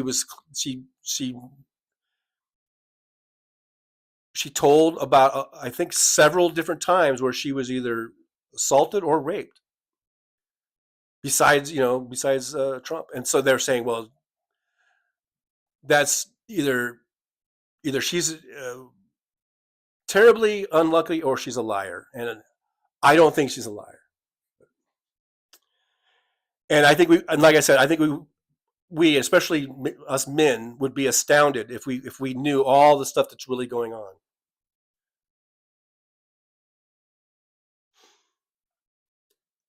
Brooklyn NY471 says Pacman is giving up his show.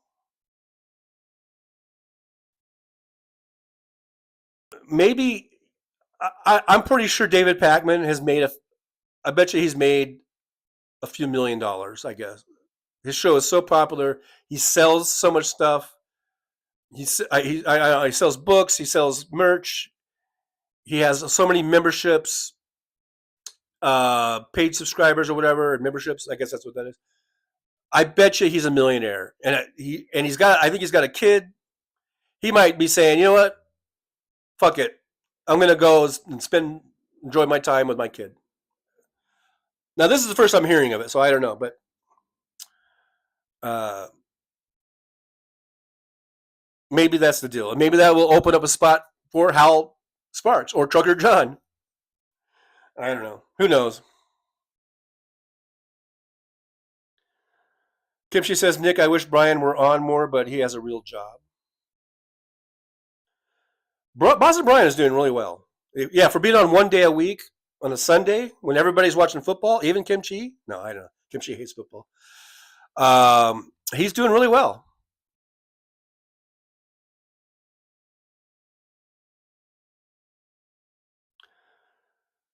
I'm just skipping down.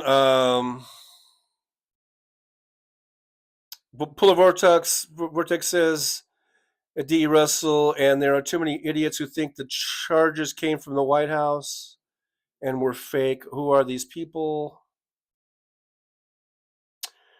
A bunch of people that have been propagandized and have been lied to and have been brainwashed over the years, starting with Fox News and Rush Limbaugh, and it just goes on and on and on and on and on.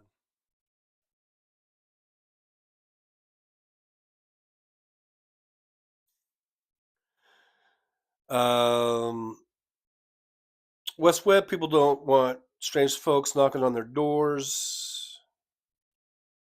Yeah, I was talking about canvassing earlier. MJ Daniel, if you buy the fancy organic eggs, maybe $6. Yeah, I just get the old regular grade A. Was it Lancer or whatever it is? Eggs. They're cage free. They says they're cage free. I guess that's a good thing. And they're like around $4. Sometimes if I can get them on sale for $2.99 or something. Willie Wheat says, or the leader of Afghanistan today was one of the 5,000 Taliban terrorists Trump released in January 2021. Yeah, and when I had at a Trump rally, an older lady get in my face and tell me that at least with Trump, she could go to bed at night and not be afraid that our troops wouldn't come home or something like that. It was kind of a weird thing she said. And that that Biden was an embarrassment about how he got us out of Afghanistan. Now, what I should have said, I think what I said was, well, at least he got us out of there, and Trump promised to get us out, and he didn't. You're in the heat of the moment, type of thing. I said, well, at least Biden got us out of there, and your guy couldn't get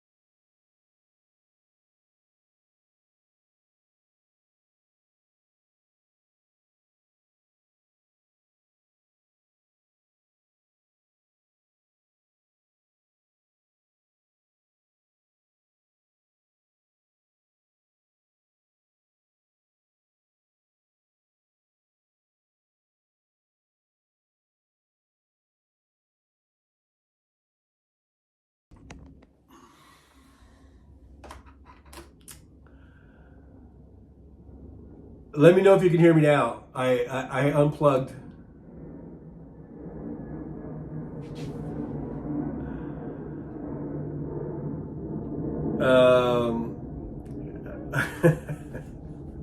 Can you guys hear me now? Okay. My mic died. I forgot to plug it in to charge it, and then I charged it for just like a half an hour before the show. Now see, if I had only gone like 2 hours, like normal, then I would have made it. I was saying some beautiful things for the last 20 minutes. I don't know how long I was off, how long that was off. I was saying some really beautiful, wonderful things. It always happens that way. When something happens with the mic, it's when I'm at my best. That wasn't really Gremlins. That was me. If I had charged, it wasn't on a full charge. That was my bad. So now we're just on the phone mic. And then if you've noticed a difference, let me know if you notice a difference. It might be a little more echoey or whatever.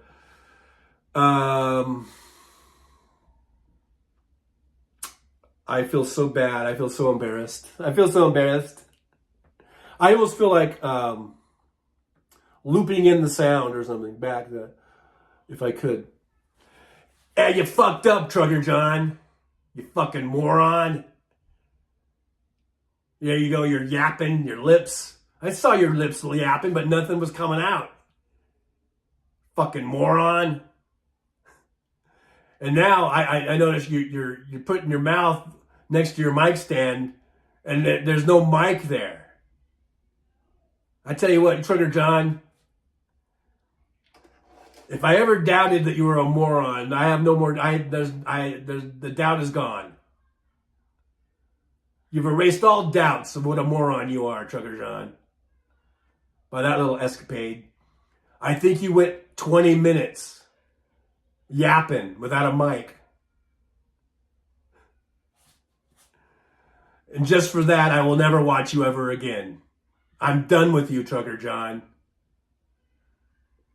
You have embarrassed not only yourself, but you've embarrassed me.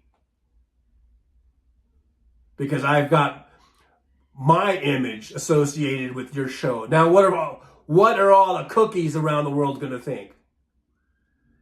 They're going to think, oh, Tough Cookie, you're on that show where the moron is talking and then his mic isn't on for 25 goddamn minutes. That's it. I'm out. I'm through. Me and David Pakman, we're going to ride off into the sunset together. Have beautiful cookie babies. I'm done with you, Trucker John. That's it. Finito. Tough Cookie, calm down. Okay, I'm not going anywhere, all right? You made a mistake. It was a little mistake. Everyone makes mistakes. So just cool your jets, Tough Cookie. You'll be back. Don't give me any of that crap. Don't believe Tough Cookie.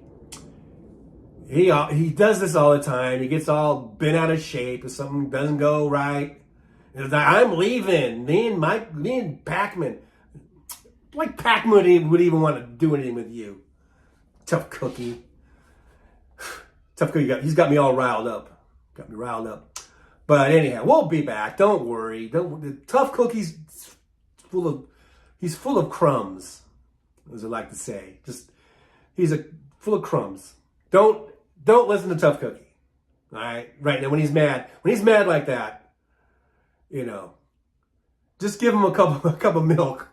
Calms him right down. Believe me. Believe you me, that calms him right down.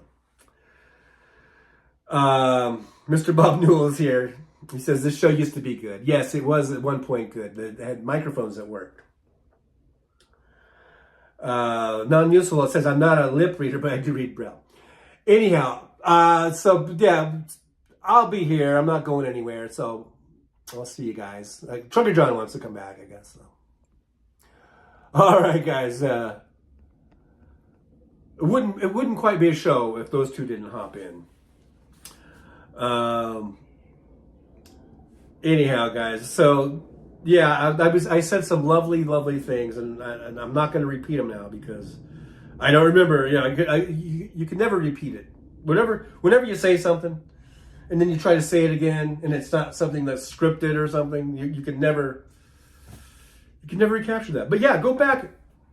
If there's any lip readers, go back and you'll know all the great, beautiful, wonderful things I was saying. Anyhow, non-useless. What are you going to do about stealing 20 minutes of my life? And that was 20 minutes, wasn't it? I think it was. Gosh,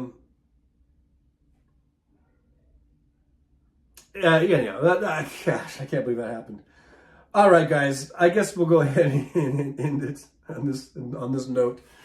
But as I was trying to say, that's all this. And I am talking into my little mic stand, and there's no mic there. I've unplugged the mic. Here's the mic. The mic is dead. I should just plug it in. I should just put it in the charger right now. And the reason I had it off the charger is because I plugged in my laptop, and I was trying to fix things with the laptop or my YouTube studio through the laptop. And on this outlet here, there's a light that's plugged into it, and then there's one other little thing. I need to get one of those, those big strips or whatever. But anyhow, enough about that. D.E. Russell, audio is great for me. Yeah, now it is. Okay, but just as I was saying, hey, there's Mike H. Good to see Mike H. Mike H, I think, missed the whole debacle of the microphone debacle. But let's just keep each other. Let's just like I say, we'll virtually hold hands, and let's pick each other up. Let's get through these next 4 years. It's going to be tough, no doubt, but I think we can all get through it together if we help one another, and we don't let Trump and MAGA and the Republicans get away with anything. Don't let them get away with anything. Expose all their lies. Just keep exposing them for the liars that they are. And let's get ready for 2026. I do believe we will have elections in 2026. Let's get ready for it. Let's get ready to rumble. And I'll be here. I'll be here for the rumble. Not that I'm promoting that platform. But and I do have a page on Rumble, by the way. Now that I think of it, I never go on there, but I used to do that just to support Hal, because Hal was on Rumble, and I used to go on there and leave comments on Hal's when he would. I don't know if he's still doing live streams from there or not, but anyhow, that's another subject for another day.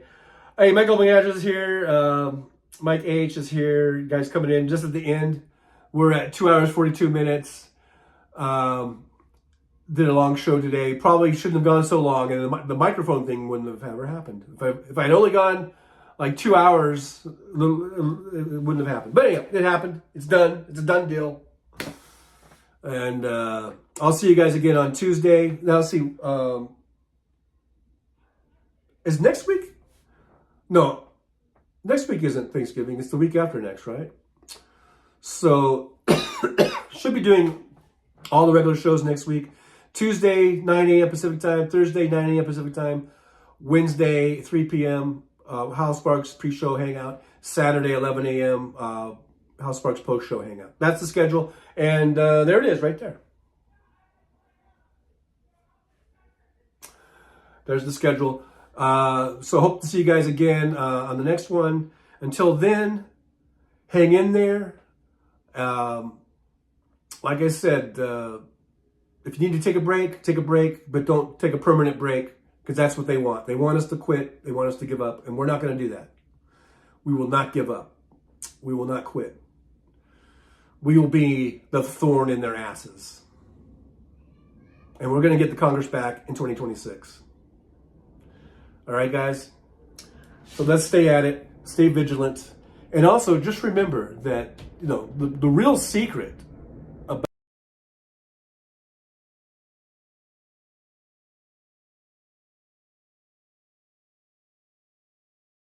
well, it's time to say goodbye. The show has come to an end. But don't be sad, no, don't you cry. We're all gonna come back and meet again. We'll have some fun times, hopefully nothing too bad. We might talk about war crimes, might talk about Baghdad. I doubt we'll talk about door chimes, but if we did, I'd be only too glad. So hasta la vista, baby. The show is over, but could I ask you maybe to take a shower? No, that's not what I meant, but I couldn't think of anything to rhyme with over. Now my whole rhyming scheme is all screwed up. Oh shit, I should have stuck to truck driving, who I tried to kid. At least when I was out there driving, I could handle a skid, but doing this live stream, baby, has been a real kid. So I hope to see y'all again right here on the Trucker John live stream. We're gonna do it again and again, right here in the Trucker John live stream. Yeah, the Trucker John live stream. We're gonna come back and do it all again. No, this ain't no dream. This is where we win, right here on the Trucker John live stream. No, it's time to say goodbye. The show is coming in.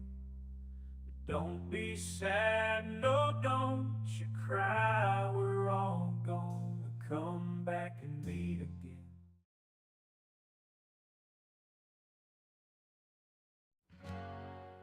Well, it's time to say goodbye. The show has come to an end. But don't be sad, no, don't you cry. We're all gonna come back and meet again. We'll have some fun times, hopefully nothing too bad. We might talk about war crimes, might talk about Baghdad. I doubt we'll talk about door chimes, but if we did, I'd be only too glad. So hasta la vista, baby. The show is over, but could I ask you maybe to take a shower? No, that's not what I meant, but I couldn't think of anything to rhyme with over. Now my whole rhyming scheme is all screwed up. Oh shit, I should have stuck to truck driving. Who am I trying to kid? At least when I was out there driving, I could handle the skid. Doing this live stream, baby, it's been a real kid. So I hope to see y'all again, right here on the Trucker John live stream. We gonna do it again and again and again, right here in the Trucker John live stream. Yeah, the Trucker John live stream. come back and do it all again. No, this ain't no